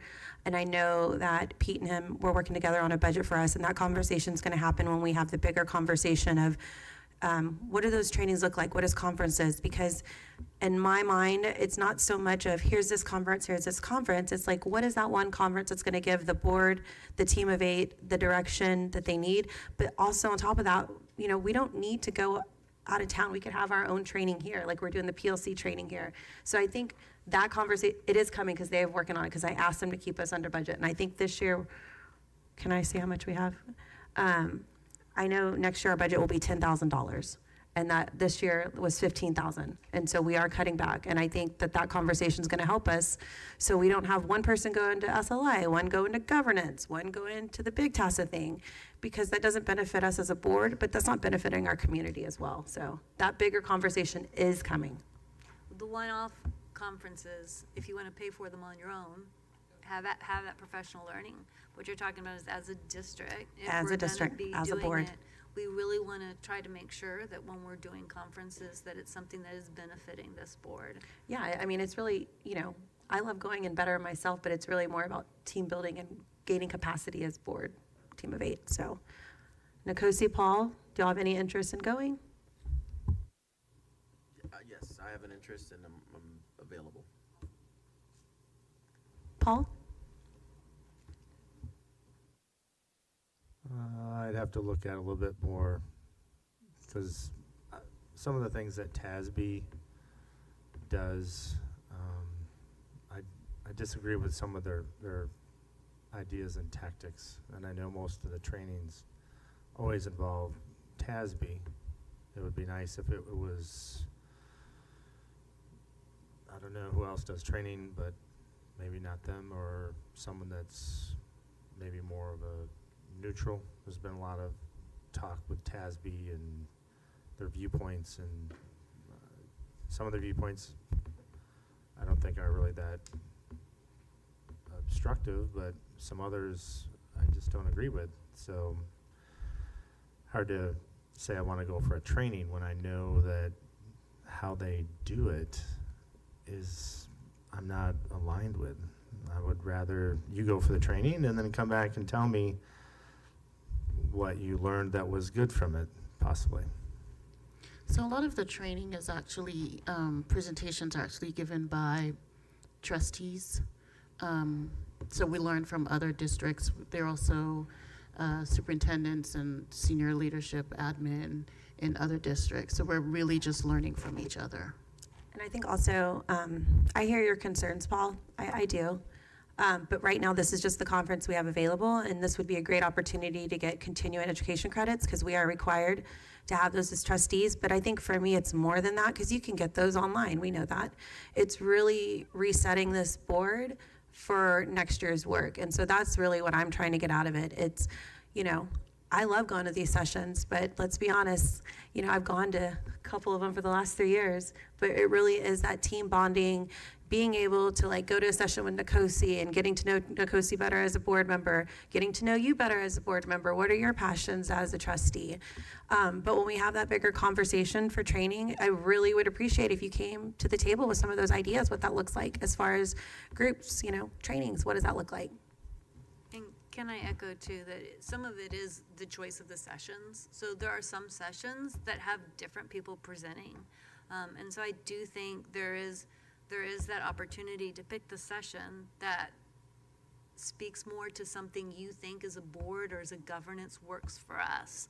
So you don't have to choose certain ones that you're like, oh, I don't want to go to this one. I want to go to this one because the trustees in this area are training on good governance, and that's what I want to talk about. Would we as individuals have an opportunity to speak? You can, you bet you. Anytime there's a special education presentation, I am in my full glory, Anna, and I have no problem letting them know how I feel. So I think that's encouraging, as long as you're representing the district in a great manner. So you'd be allowed to, run the meeting? No, you can't run the meeting because you're there to listen to them present on their idea. Oh, okay. Well, that's what I was getting, could we actually, Yes. So, but coach one of the meetings? Yeah, absolutely, yeah. So beforehand, they do send out a call for people who want to be presenters, and then you submit your ideas, and that's what she did, and she got selected. And we've done that before, Trish and I and Francesca, the three of us spoke before on policy. And they're doing submissions now for the big TASBY conference in Houston, but again, we have to have that conversation as a board. We don't know if we're going to that conference yet or not. So yeah, if you want to put in the work, I mean, it is a lot of work. I mean, think about all the presentation and all the stuff you have to do ahead of time, but definitely there's those lines online. And you can ask questions in the presentation. And there's even some of these presentations that are more interactive. So I like to find those sessions because sometimes sit and get is really hard day after day. Sorry to interrupt you. How long are the sessions? They're usually about 45 minutes. And Paula, if you can only go for a day, that would be great. So just consider it. That would be, we'd really appreciate that. I'll think about it. All right, board members. All right, Cindy, you got the tallies. All right, we'll get with Gloria and Francesca offline. Everyone's great. Come prepared for those trainings for that big discussion, because I know that's going to be a lengthy discussion for this board. All right, board members, we are finally going to take a break, and it's going to be 10 minutes, so we'll be back in 10 minutes.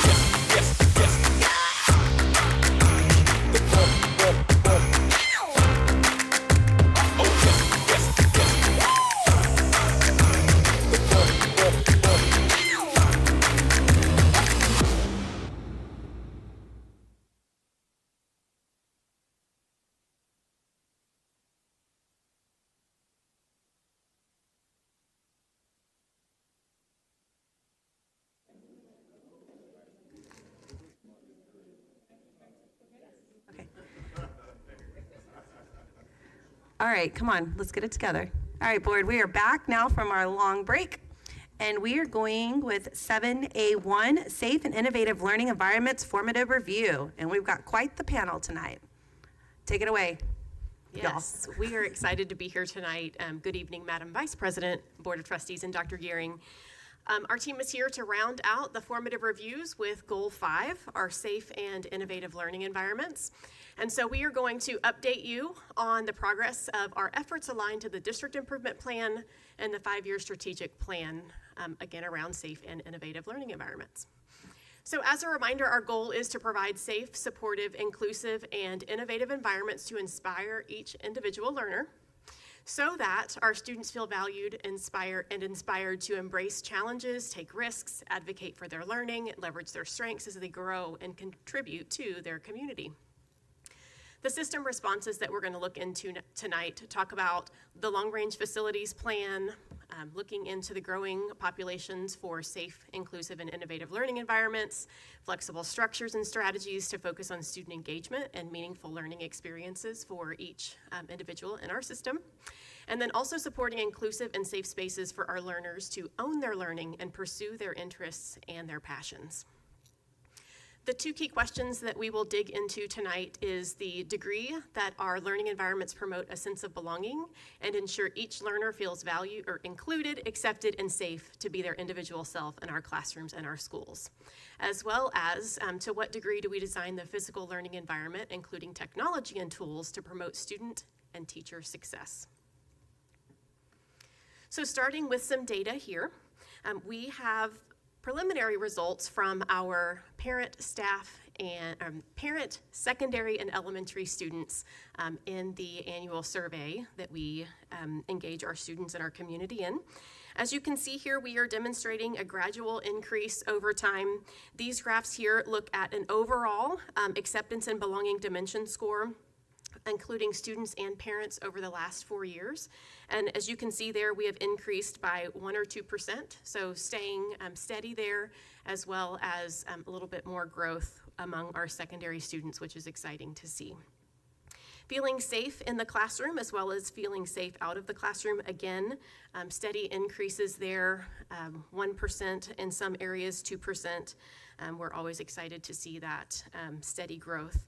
The picture that you see there, I am fortunate to get to participate and learn and grow with our SSAC, our Superintendent Student Advisory Council.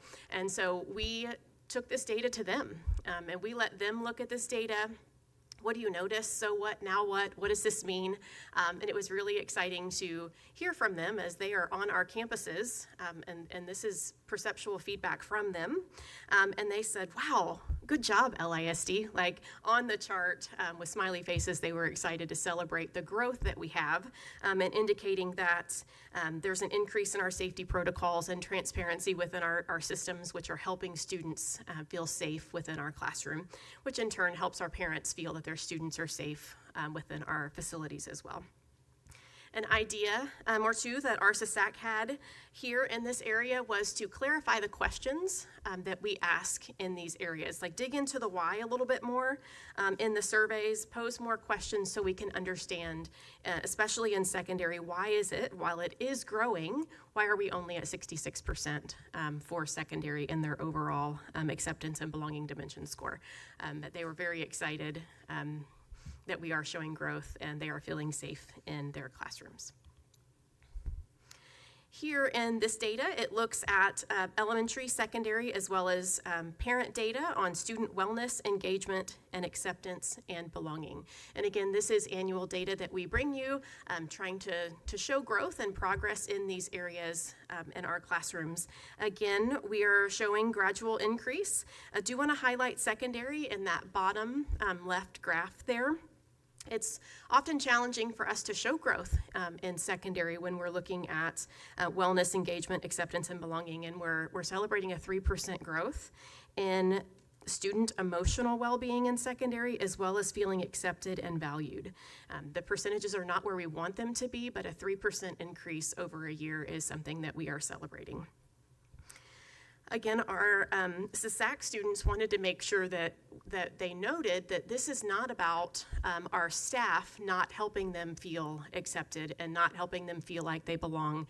They actually praised our staff for building positive relationships and noted that it was more a feeling of students not necessarily feeling respected by their peers, and wanted us to dig into that a little bit more.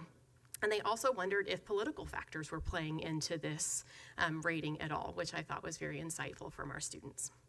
Some ideas were making sure that we are providing connection opportunities for our students based on their interests and passions, not just academic. So this group, there were about 50 students there that day, and a mix of students from across our system, and they felt like we had groups and clubs and that were very focused on academics, and we could improve in this area if we looked at connections based on interests, and looking at more class bonding activities and increasing involvement in things like No Place for Hate and inclusive programs like that. And, you know, again, within this area, you saw the Rutledge students tonight, and you had one talk about the importance of counseling services and Second Step and how that is really impacting them in their learning environment. And we do believe that those are some reasons why we are seeing growth in this data. So a quick update on just our learning environments. We continue to prioritize a safe and innovative learning environment. So some of the examples that we have here on the screen is just from a long-range planning perspective. You as a board got an update and the results of a lot of work from the long-range planning committee back on January 9th. And as a trustee group, you continue to work through a long-range planning framework this spring, and we'll continue those conversations over the next couple of months.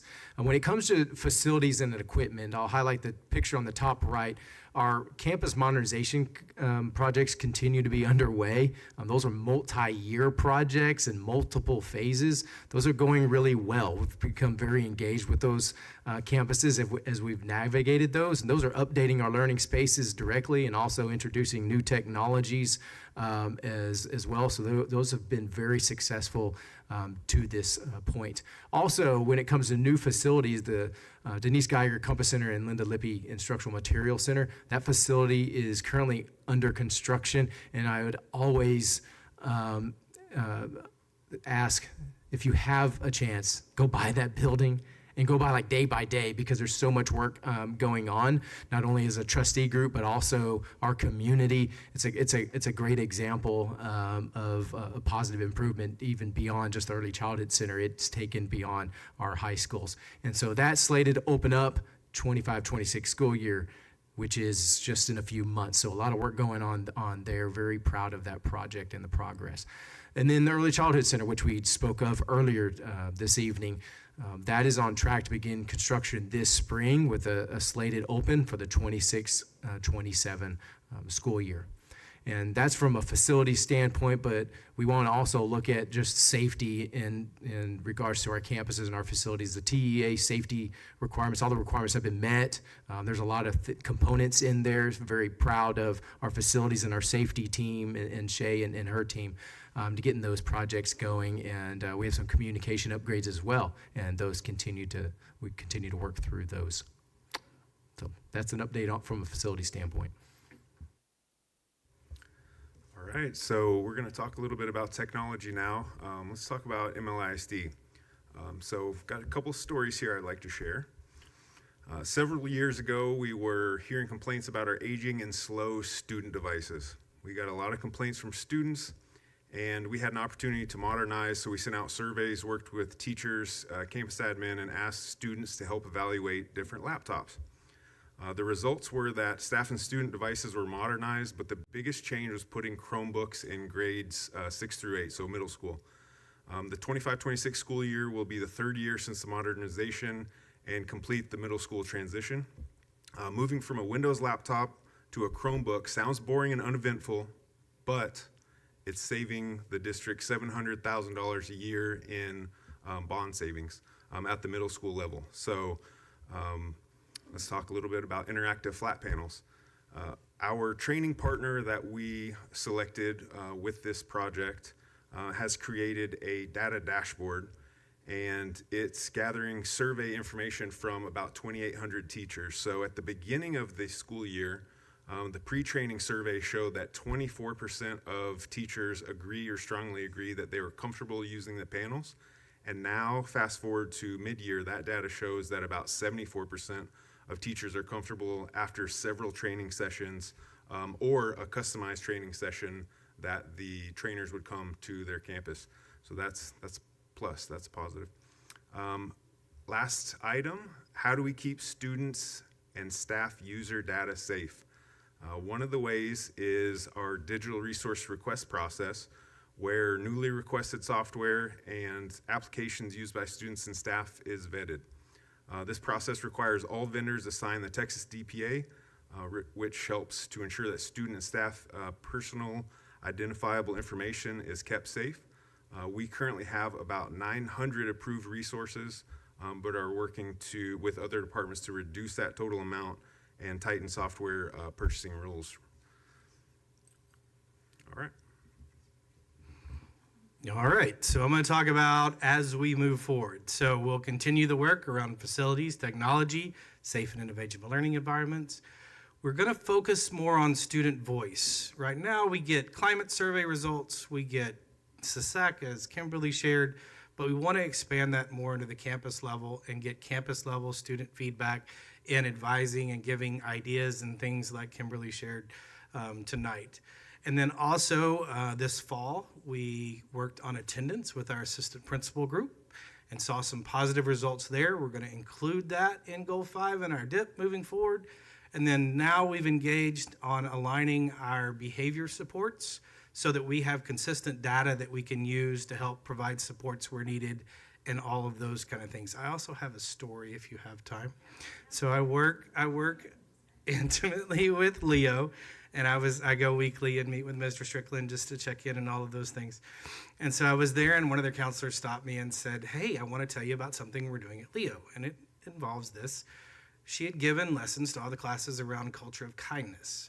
And while that on its face sounds great, the way that she presented it actually went a little further. It's not she talked about, it's not just about how being kind makes others feel. It was paying attention to how being kind makes you feel as a result. And so students created a wall around when they did something kind, they were paying attention to what they did, and they wrote that down. There were some in their English classes, they could write little blurbs, and then how it made them feel, and they wrote those down. And then they have this, I'll say it's a pot of gold, but they have little yellow token-looking things, and they're writing their kind act on there to fill up in their pot of gold. And then they get, the more of those they do, they have a student store where they can trade in for points and those kind of things. And so those are the type of things that transcend in our campuses and to our students. And I thought that was a unique experience for them to not only think about how kind impacts others, but how it makes you feel and makes you feel better about you and releases endorphins and all of the things. So I wanted to share that story as it related to this. And now Shay's going to talk about police department. The wait is almost over, I promise. So school police department, so school marshals, the application was submitted last week for the school marshal program. We did get Dr. Gehring to sign off on the mutual agreement with TCOLE for us to implement that program. So we will be posting positions in the next couple weeks so that we can get that process started to hire some school marshals. Police department anticipated submission for the application will be at the end of April. I am still waiting on dispatch, the agreement to be signed off by Leander ISD. As soon as the superintendent signs off, we'll be good to submit the packet to TCOLE for all of that. They are currantly reviewing our documents. Usually, typically what happens is that we'll submit all of the documents ahead of time, so we'll know what the anticipated issues are, but right now, I submitted those on the 31st of March, and then we have our lovely facilities and construction that is working on the wall to secure the office for TCOL inspection. So we hope to have that done in the next few weeks as well. And the last part of that is to have the executive director of TCOL approve the agency. So we are well on our way. We currently do already have positions posted in a civilian capacity. We are anticipating posting the police officer positions maybe mid-May once we can get that agency number. And then lastly, which is most important to me, is to just thank our law enforcement partners for keeping our students safe. We could not do this without them, so we really do appreciate Cedar Park, Leander, and Travis County for keeping students safe. Thank you. All right, board members, any questions? So what is the deadline for us to get the police department up and running? I know we had that 3-year waiver, yeah. So there really isn't a deadline as long as you have the good cause exception in place. We are working on a 3-year timeline. But there really isn't a deadline as long as we would actually, I think there's a current legislation on the floor right now for us to have to submit that again each year. But I believe we'll have that taken care of before the end of the school year. So I don't anticipate that continuing to be an issue. Yeah, I think there's certainly a lot to celebrate here. Certainly the kind of innovative learning environments and technology.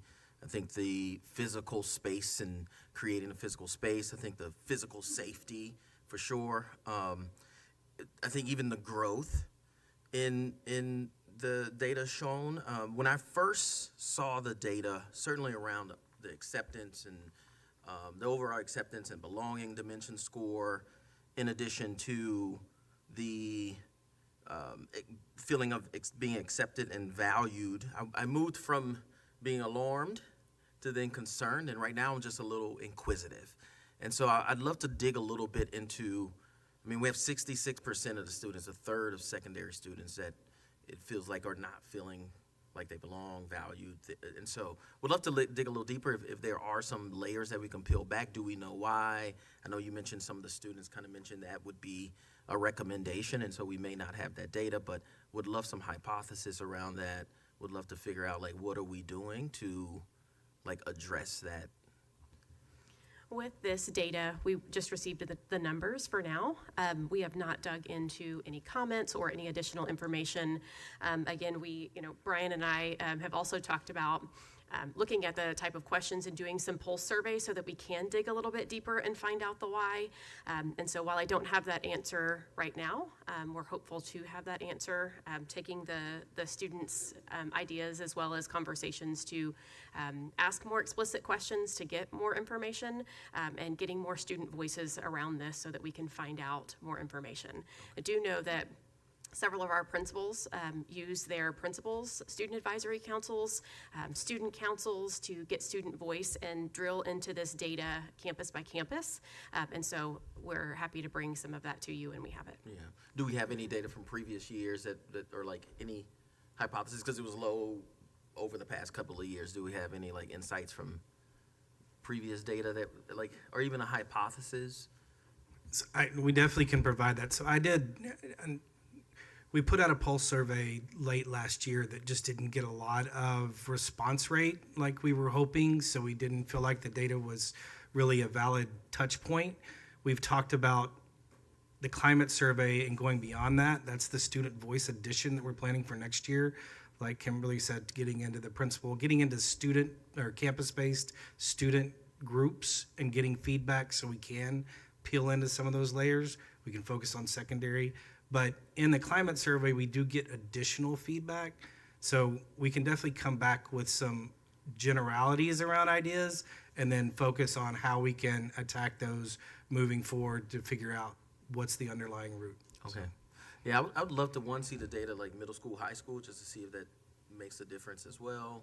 I'm a parent, and so I get kind of a view into some of the interactions with students and peers, and it sounds like there may be an opportunity for the students to contribute to the uplift in that number, and it may be more of a reflection on peer interactions. Last thing I'll say really quickly, just a story. Last year I did some instructional rounds. This before I was a board member, and went into a classroom, and there was this dynamic conversation happening, and then there was these small group conversations, and I was walking around, and students just had to, just really dynamic conversations, a lot of sharing, and then the conversation opened up to the classroom, and no one raised their hand. And right then and there, I was just like, one, do the young people understand the contribution that's required of them to create this space for young people to be vulnerable, to take risk in the classrooms, and so I love the exploration of how we're guiding our young people to create their environments that we're looking for in terms of psychological safety.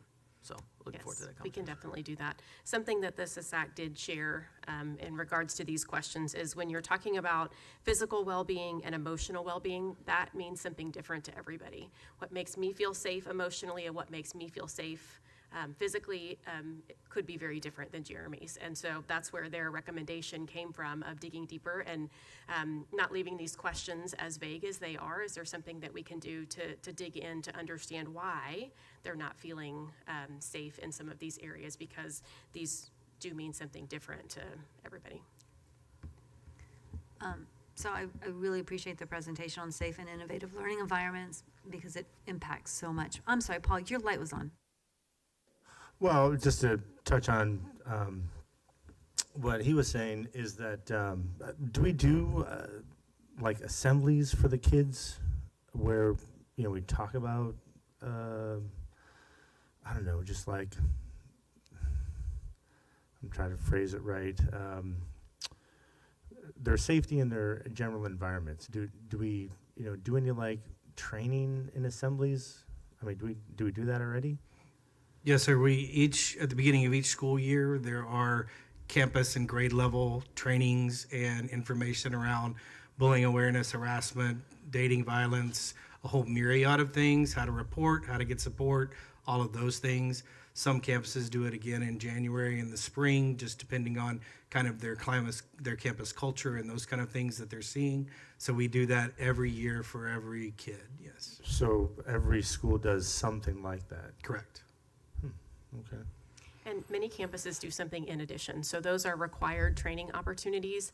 An example that we have shared prior is 4 Points in Canyon Ridge did a kindness assembly. And so they brought all of their students into the gym, and they had a presenter come that really talked about, if you see something, say something. Don't be a bystander, how to support each other, how to be kind, and the importance of that kindness.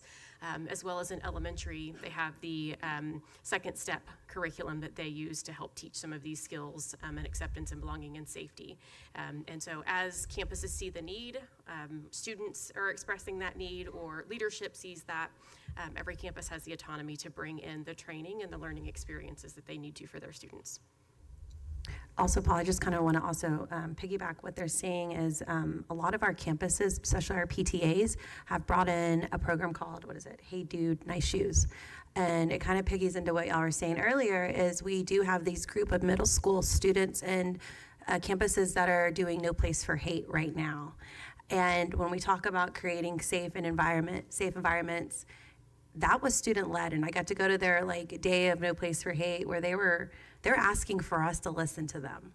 And so we've got a group of our middle school students put together the symposium, and they're trying to create these safe spaces in their own campus. So I really would like to see y'all and this whole goal really push us to be that No Place for Hate district like we used to, because I feel like we've kind of gone off. It's just that program is based on each campus, and if you got a great sponsor, then it's going to sustain, but it's not what it used to be. So I would like to see we don't need to reinvent the wheel. It's already there.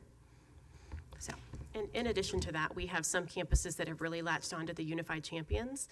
So if they're not doing No Place for Hate officially, every campus is doing some sort of inclusive opportunities, but there are other opportunities that some campuses are engaging in for a different experience. So there's a lot of variance out there, but really good stuff happening on our campuses. Well, I really love the Unified Champions, because I remember in 2016 when I first came to this district, I was hit with every red tape and roadblock to try to get that, and to see the movement that this district has done and put that at each campus almost. I think that's incredible. So thank you. All right, Trish. So I'm just going to do two things, which is really exciting because sometimes I have 4 questions in part A, B, and C. So I only have 2 right now. One, we just talked about in another agenda item the history of cabs and why that was so important to get them down. But that's been like over years. So, if communities like, why is that so important now? There's a history of why we needed to do that and why we're where we are today. I feel like our police department, there is a history of why we have the police department, why we're focusing, why we're emphasizing and supporting a police department at this time.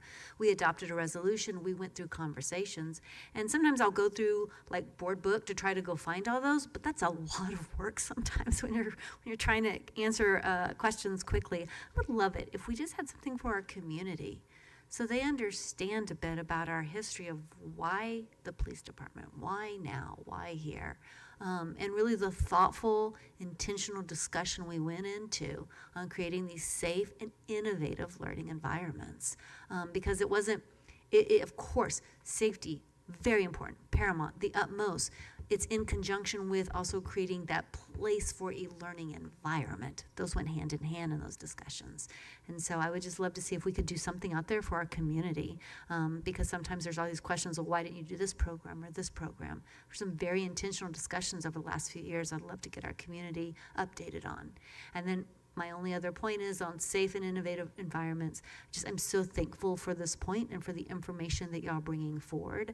I think this is vital.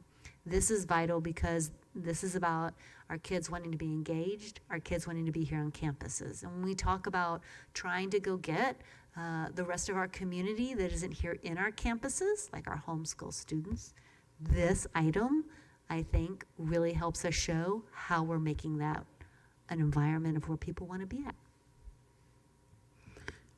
I just wanted to add to your comment about the why regarding the police department, just to add information about that mix of officers and marshal. Yeah, that explaining that mix. And when it comes to, Paul had mentioned about assemblies at schools, how do people go about, or is it really just something that is led by the administration and the students in terms of the topics that they pick? Because I've heard from some members of the community who feel like they have some important topics or what they think would be important for high school age students or middle school age students. Do they just go to the schools to talk to them, or how does that work? Yes, I think every campus administrator would be open to hearing that feedback, gauging interest from the faculty and the students. So yes, that is a great way for them to get tapped in and share their feedback on assemblies and topics.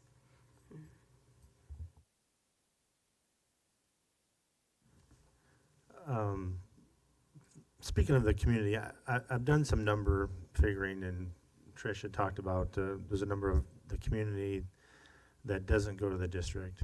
And trust is earned, not given. And it would be interesting to put on an agenda item to try to talk to our community, talk to each other, and see what goals we have so that we could try to be more transparent in getting their trust. Because the last I figured it was about 13,000 kids in the 200 square mile district don't go.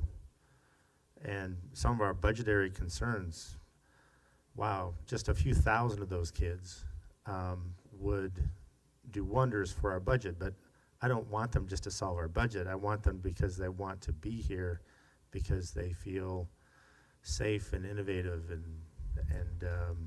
and that trust. And like I said, trust is earned. And we've gone through some ups and downs in the community nationwide, and I don't want to get into all that stuff, but we're here now, and what are we going to do to try to say, well, maybe what you heard is just something you heard.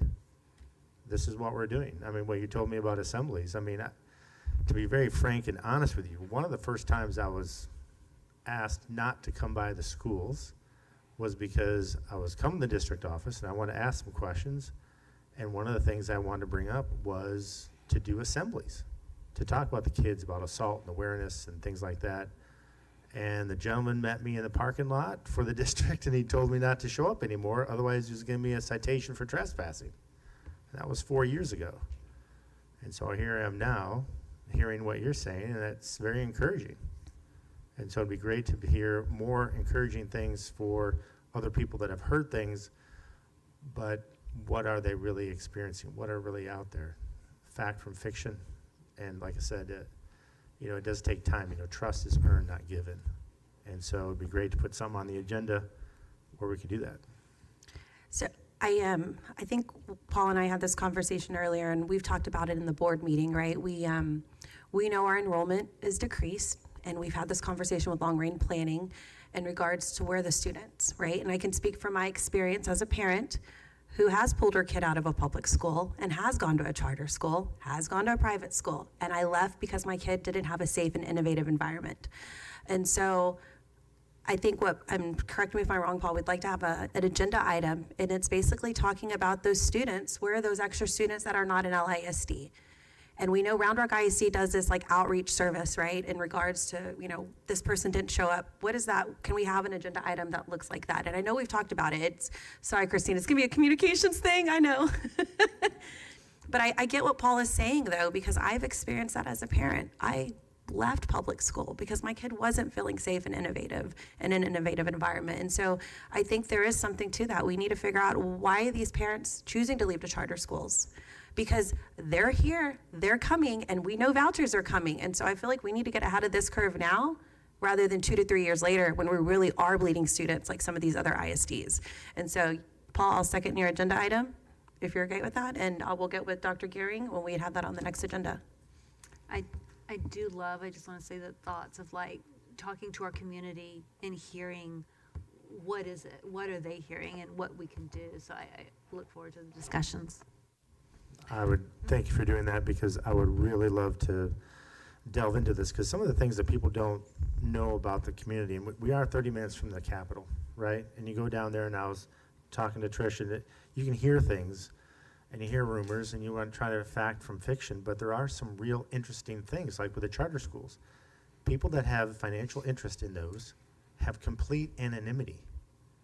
So the very people that are voting at the congressional level, the Republicans, Democrats, whoever they want to call themselves, independents, could have vested interest in not seeing public schools do well.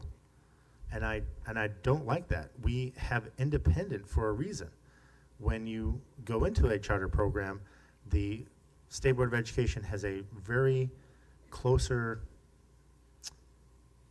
they're able to do a lot more things with those charter schools. If they want to shut one down, they can do it in like 2 weeks.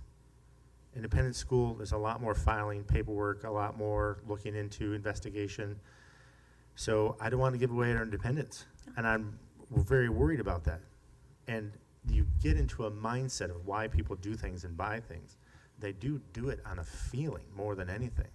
And so we get people to talk about those feelings. Maybe we get a little bit more of the positive answers we're looking for, because I sometimes really dread going down to the Capitol, hearing more things, because I'm like, I want to know what is really real and what's not. And I know what I know what I don't know, but I don't know what I don't know, which means I don't want to just give away the ISD to a bunch of charter schools that I know nothing about, and the State Board of Education controls them, or could tell them, I want you to do this, and they have to do it. Otherwise, they could shut them down. With an ISD, we have the power to say, you know what, I hear what you're saying, but I don't want to do that. And that is, what would a free person do? I think about that all the time. What would a free person do? Well, they would do what they think is right, versus just having a small group of 15 people would control the state. And I definitely don't agree with that. So just want to reference your 13,000 number. I've referred back to slide 16 of, slide 15 actually, of the PASA presentation from January. And so we have 47,408 resident students in the district. We have 2,953 attending charter schools, 1,636 attending private schools, and 387 attending other ISDs, and 209 attending virtual academies. So That leaves us with 42,223 who attend and reside in the district. So you take that 47,408 and take away the 42,223, that leaves you with 5185. And then we have 314 transfers into the district for various different reasons. So we have attending in the district 42,537 at that snapshot. So that just is a snapshot that just changed over time, but I just wanted to make sure that we correct that 13,000 number is actually 5185. Thank you, Dr. Gehring. Appreciate that. I have a comment, I guess. It's slide 8. This is all great stuff. I'm not here to attack or anything, I promise. But it's more of I know y'all are only limited to what you can put on here, but I started looking at this slide, and I'll be honest, when I saw the MLISD, and I was like, yeah, okay, Chromebook, whatever, right, you know? But when you told the story, Jason, I get it. It does, because I have a junior kid, and we were on till 2 a.m. doing her dance book. It was great. But I started thinking, Bruce knows, I think about one particular, I guess, the department in regards to technology, and it's our assistive technology. In the last 3 years, that department has gone from a 0 to 360.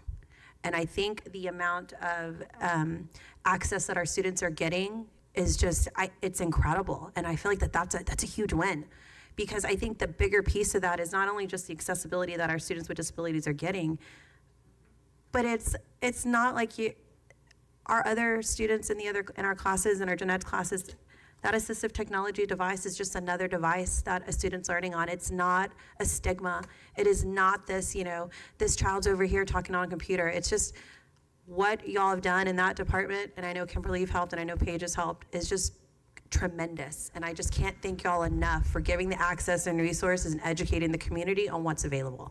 Thank you. I don't want to take any credit for what Cece's doing. She is incredible, and she just tells us what she needs, and then we make it happen. So she's the boss when it comes to assistive technology. So she's awesome.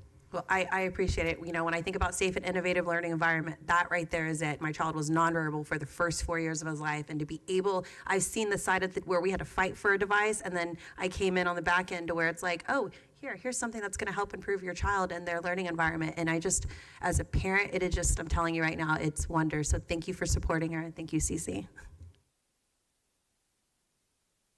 One last question. In terms of technology, I was looking, you refined the process for software approval.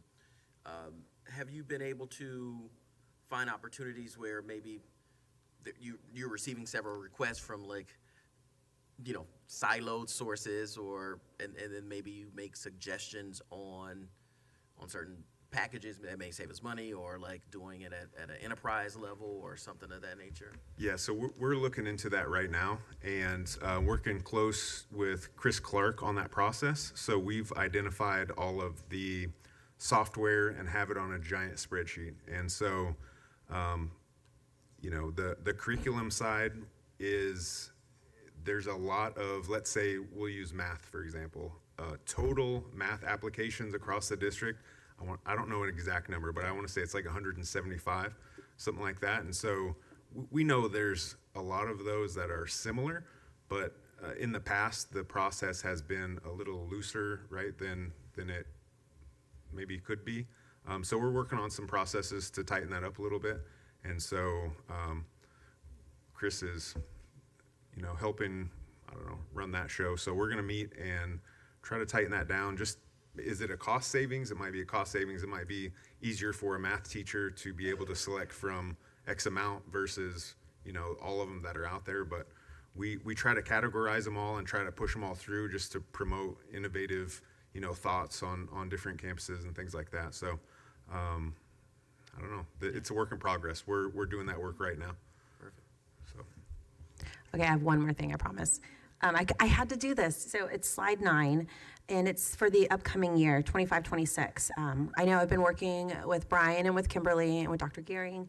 House Bill 6, for those that don't know, is happening right now, and it really changes parents' rights in regards to students' discipline. It's a really big topic, and I just want to say thank y'all for helping me get that. We've had a seat at the table in regards to that conversation and made some great changes so far in this subcommittee substitute.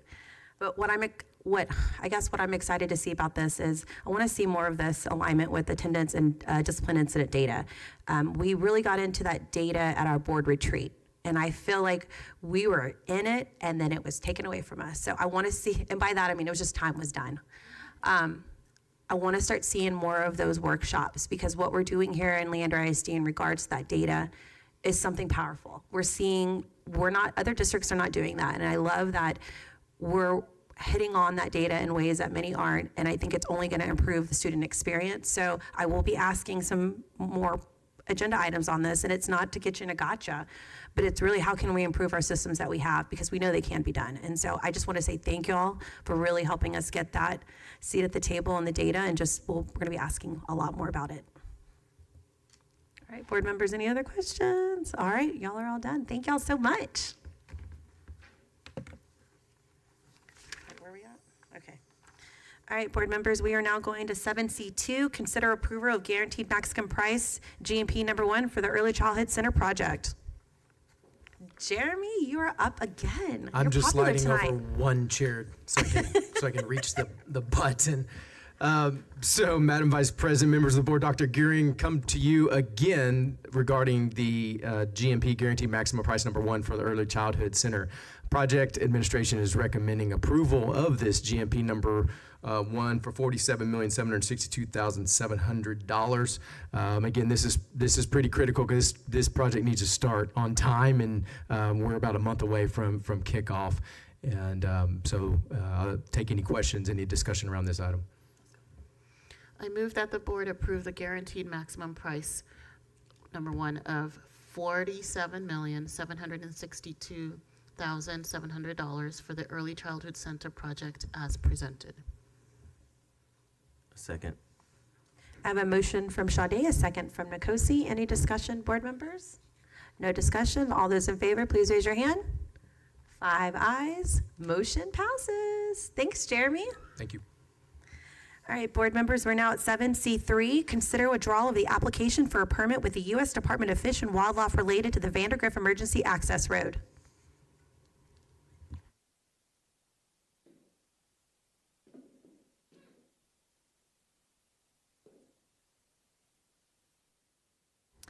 Thank you. The team's almost back here. All right, whenever y'all are ready, go for it.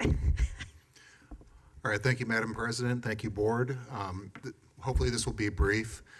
I know that we've had discussions for many years about an access road, an emergency access road to Vandergrift High School. Part of that process, just cutting to the chase, dealt with trying to get a permit from the United States Fish and Wildlife in order to proceed with our project. We did have bond funds attached to design of this road, which have not yet been expended, of course, because we didn't want to move forward with that until we knew we were able to secure that permit. There have been developments since then, which my colleagues will talk about here briefly, which we believe we have a suitable alternative that is far more cost effective and that really would allow us then to withdraw our application for that permit and not have to spend any further resources on that activity. So without any further ado, I'm going to turn this over to my colleagues here. So we did want to ask, I know Miguel and Shay and her team have really collaborated with emergency responders because of this situation, given that we had to have an alternative. I know Miguel and the team have really had multiple conversations with them just to kind of set the stage for what would that response be, what are their needs, and how comfortable are they with current situation and what needs to be done. And so, Miguel, I don't know if you have anything that you would want to add to the discussions that you've had with the first responders. Good evening. So we've definitely been working with first responder agencies all the way back to April 2024. We've been involved with not only the Travis County Office of Emergency Management, but also Lake Travis as well, the fire departments with jurisdiction, law enforcement agencies, and we are very happy to report that all of these agencies actually have specific plans that address the traffic flow in the event of an evacuation in this road, in McNeil Road. So this has been an ongoing process, and we have been working with every one of those agencies to make sure that they are addressing our needs when it comes to evacuation of Vandergrift or 4 Points Middle School. All right, so the next steps when it comes to this item would be to contact United States Fish and Wildlife to withdraw that permit application. And then we will coordinate with first responders to construct an interconnecting roadway next to Monroe Stadium over to 4 Points to navigate, kind of preventing deep into the McNeil Drive is going to get us to that roundabout. And that's kind of the conversations that Miguel and his team have had with first responders. So that's kind of the next steps that would be required. That went too fast. I don't know if I double tapped. But again, the recommendation that from administration is withdrawal of the district's application for a permit with the United States Department of Fish and Wildlife related to the Vandergrift Emergency Access Road.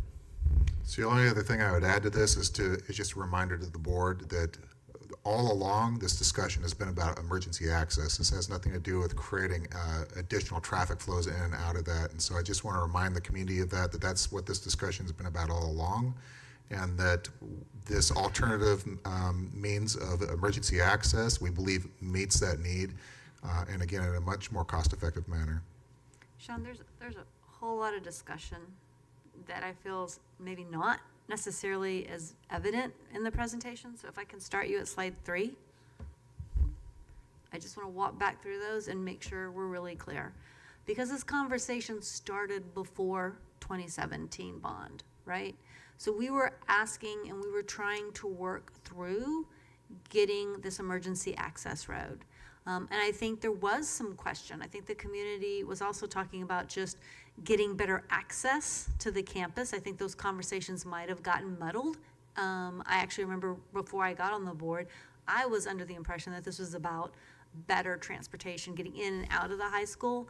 And then the word kept coming up, oh no, we're talking about the emergency access road. So the emergency access road was going to be behind the campus. And it was going to be maybe like, was it not even going to be paved, or it was going to be something that was only for emergency vehicles in the state of emergency, correct? That is correct. It was for emergency vehicles to get into the facilities, and if necessary, as an emergency evacuation route. And it was along that, you're right, that it's behind, well, it depends what you mean by behind, but it is in that easement that runs along the reserve lands back there. And so then this background makes it so much smaller seeming than all the back and forth communications, because there was a lot of, I think there was some due diligence that is missing on this. And I don't know if you're prepared to share all the pieces, because I've lost track because there's been so many pieces.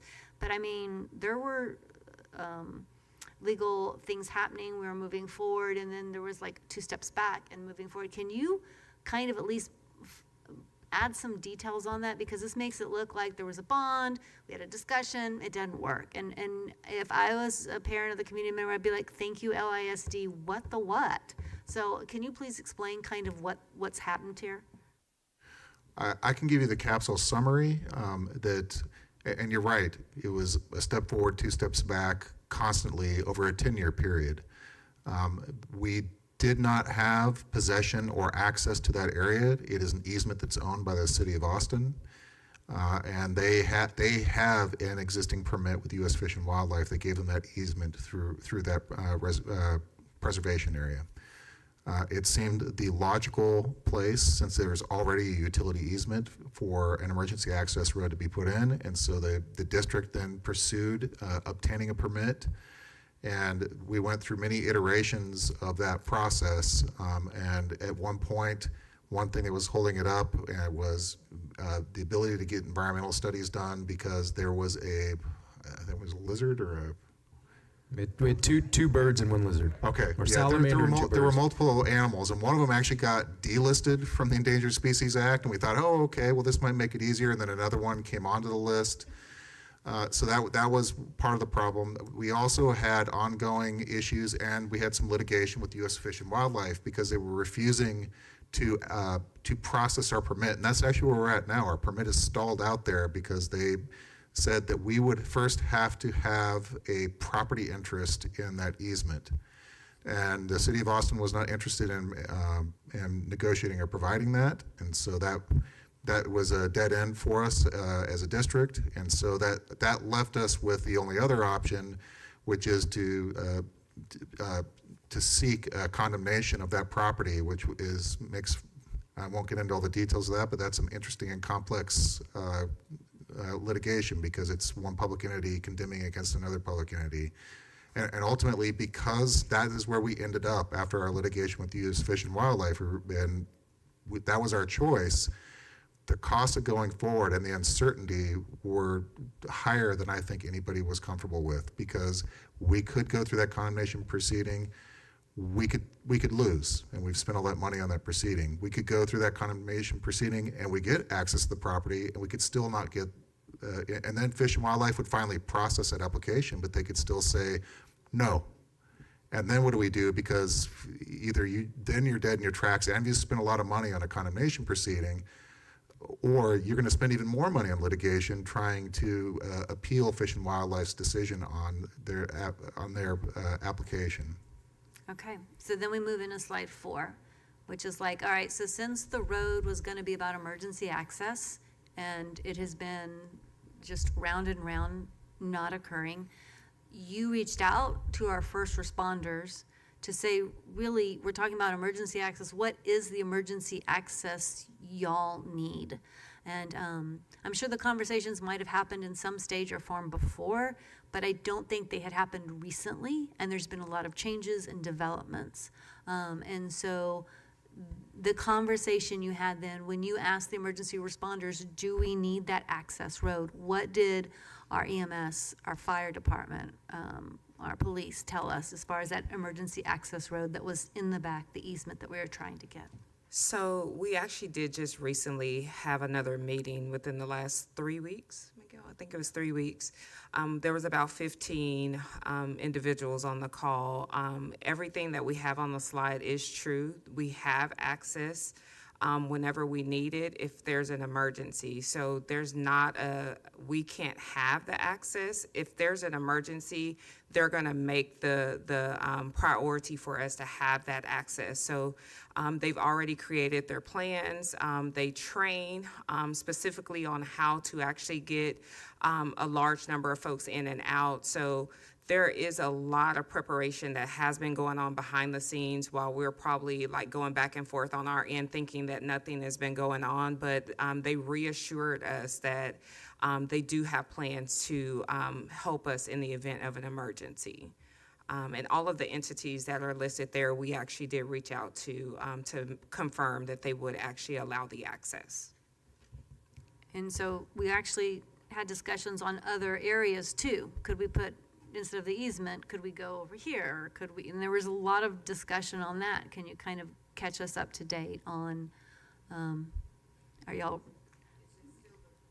McNeil, is that what you're talking about, or is there the Yes. other area with the gas leak that you're mentioning? Well, we actually, I thought there were actually several different areas into Let's that go to the property next slide. around that, yeah, there you go.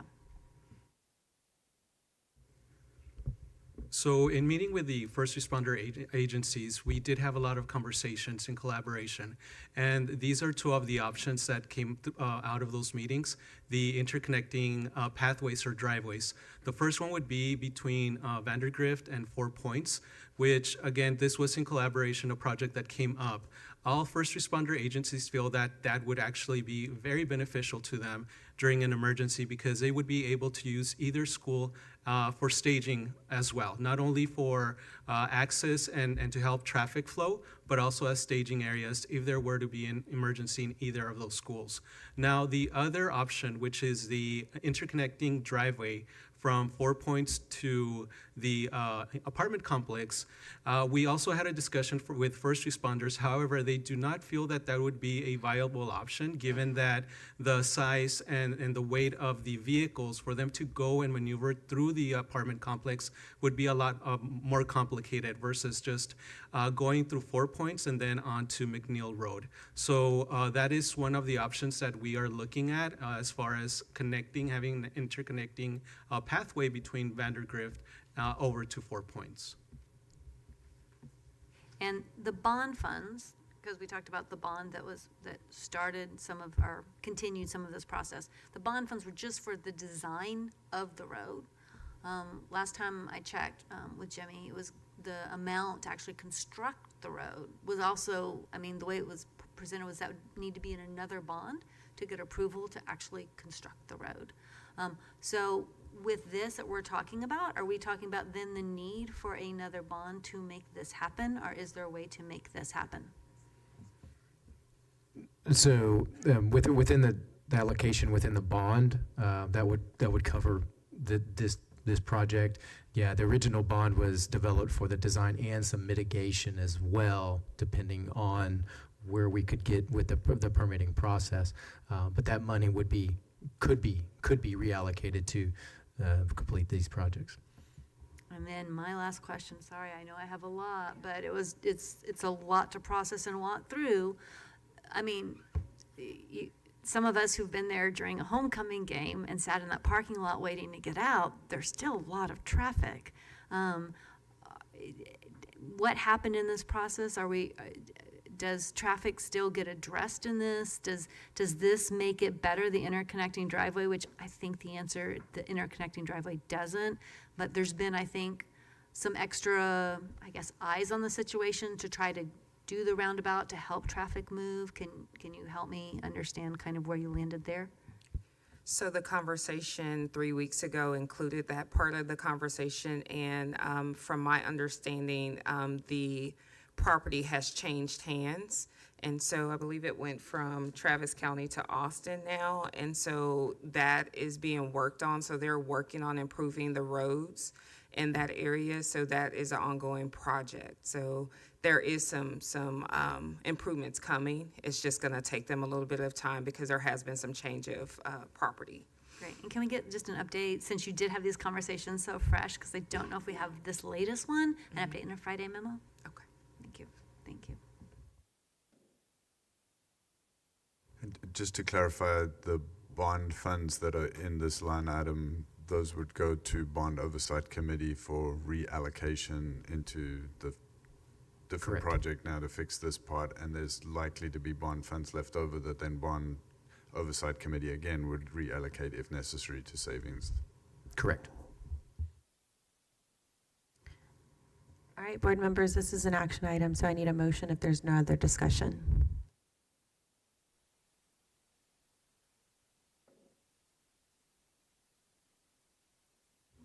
I move that the district take action to withdraw its application for a permit with the U.S. Department of Fish and Wildlife related to the Vandergrift Emergency Access Road. A second. I have a motion from Sade, a second from Nkosi. Any discussion? Just a request to please keep us updated on the funds, the bond funds, the amounts, what's processing, just so we can stay engaged in these next steps. Yes, ma'am. All right, thanks, Trish. All right, all those in favor, please raise your hand. 5 ayes. Motion passes. Thank y'all so much. Thank you. Appreciate you.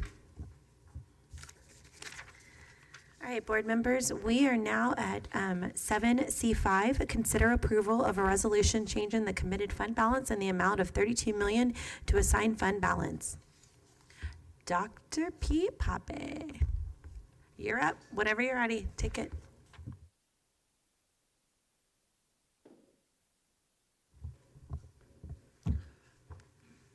Good evening, Madam Vice President, members of the Board of Trustees, Dr. Gehring. Tonight, we want to just bring with you a quick resolution, hopefully pretty self-explanatory. I just want to walk you through it real quick.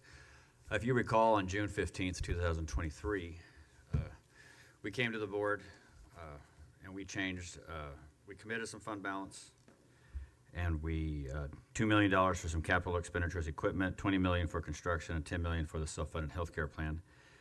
We unassigned the revenue stabilization because the Vader had passed that fall, the year before. And then we had some monies assigned for instructional technology materials and additional staffing for growth. So as I've looked at our policy CE local, when you read it, if you really go word for word, or you know, it really states that our fund balance only includes assigned and unassigned. It doesn't include committed. So that was not the intention when we committed the fund balance to have that removed from the calculation to make sure we were meeting our fund balance operating expense of 3 months. And so what we're just doing is that it doesn't change the bottom line. It's just we're coming back to you and asking you to uncommit and then assign. So the bottom line doesn't change. None of the categories change. It's just to clarify so that, because it was one of those unintended consequences when we did when we did that commitment. It just kind of fell through the cracks, so we didn't realize the way our policy was written that the committed would now count toward our 3 months operating expenses. Board members, do you have any questions? No? All right.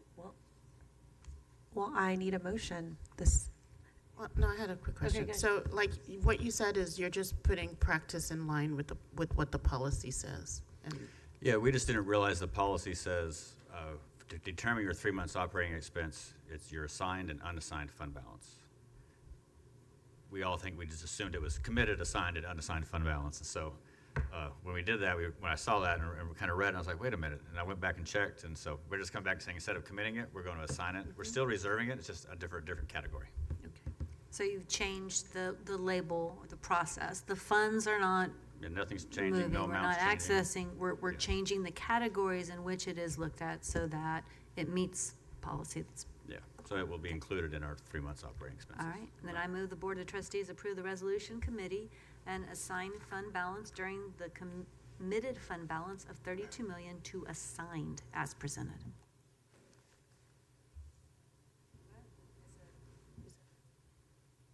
Oh, she said I said during instead of changing. So I'll do it again. I move the Board of Trustees approve the resolution committing and assigning fund balance, changing the committed fund balance of $32 million to assigned as presented. I second. Okay. We have a motion from Trish, a second from Sade. Any discussion, board members? All right, all those in favor, please raise your hand. Aye. 5 ayes, no opposed, motion passes.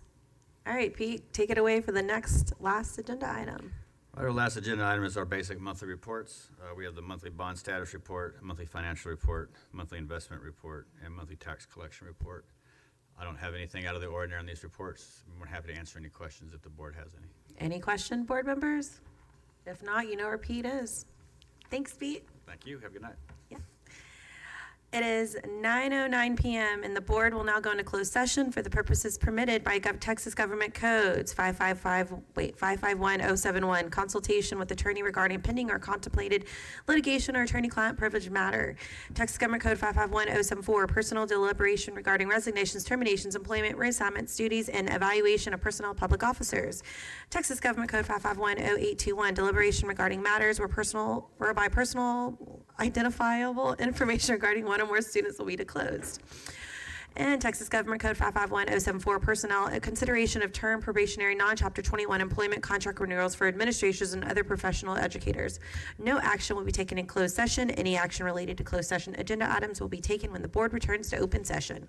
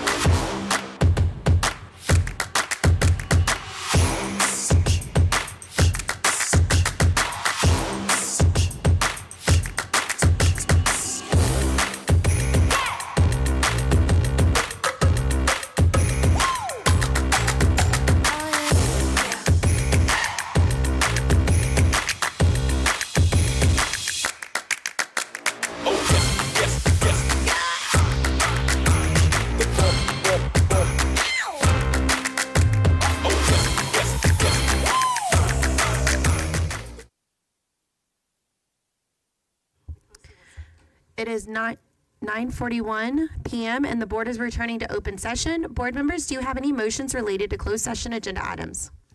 I move that the Board of Trustees accept the recommendations for probationary and term for administrator contract renewals as presented in accordance with salary scales, policies, and contracts of Leander Independent School District for the 2025-2026 school year. A second. I have a motion from Trish, a second from Nkosi. Any discussions? All those in favor, please raise your hand. 5 ayes, no nays, motion passes. Oh, yes, sorry. And it is 9:42 p.m. and having no further business, this meeting of the Leander ISD Board of Trustees is adjourned. Good night. I go by either. Sometimes I go by Wednesday.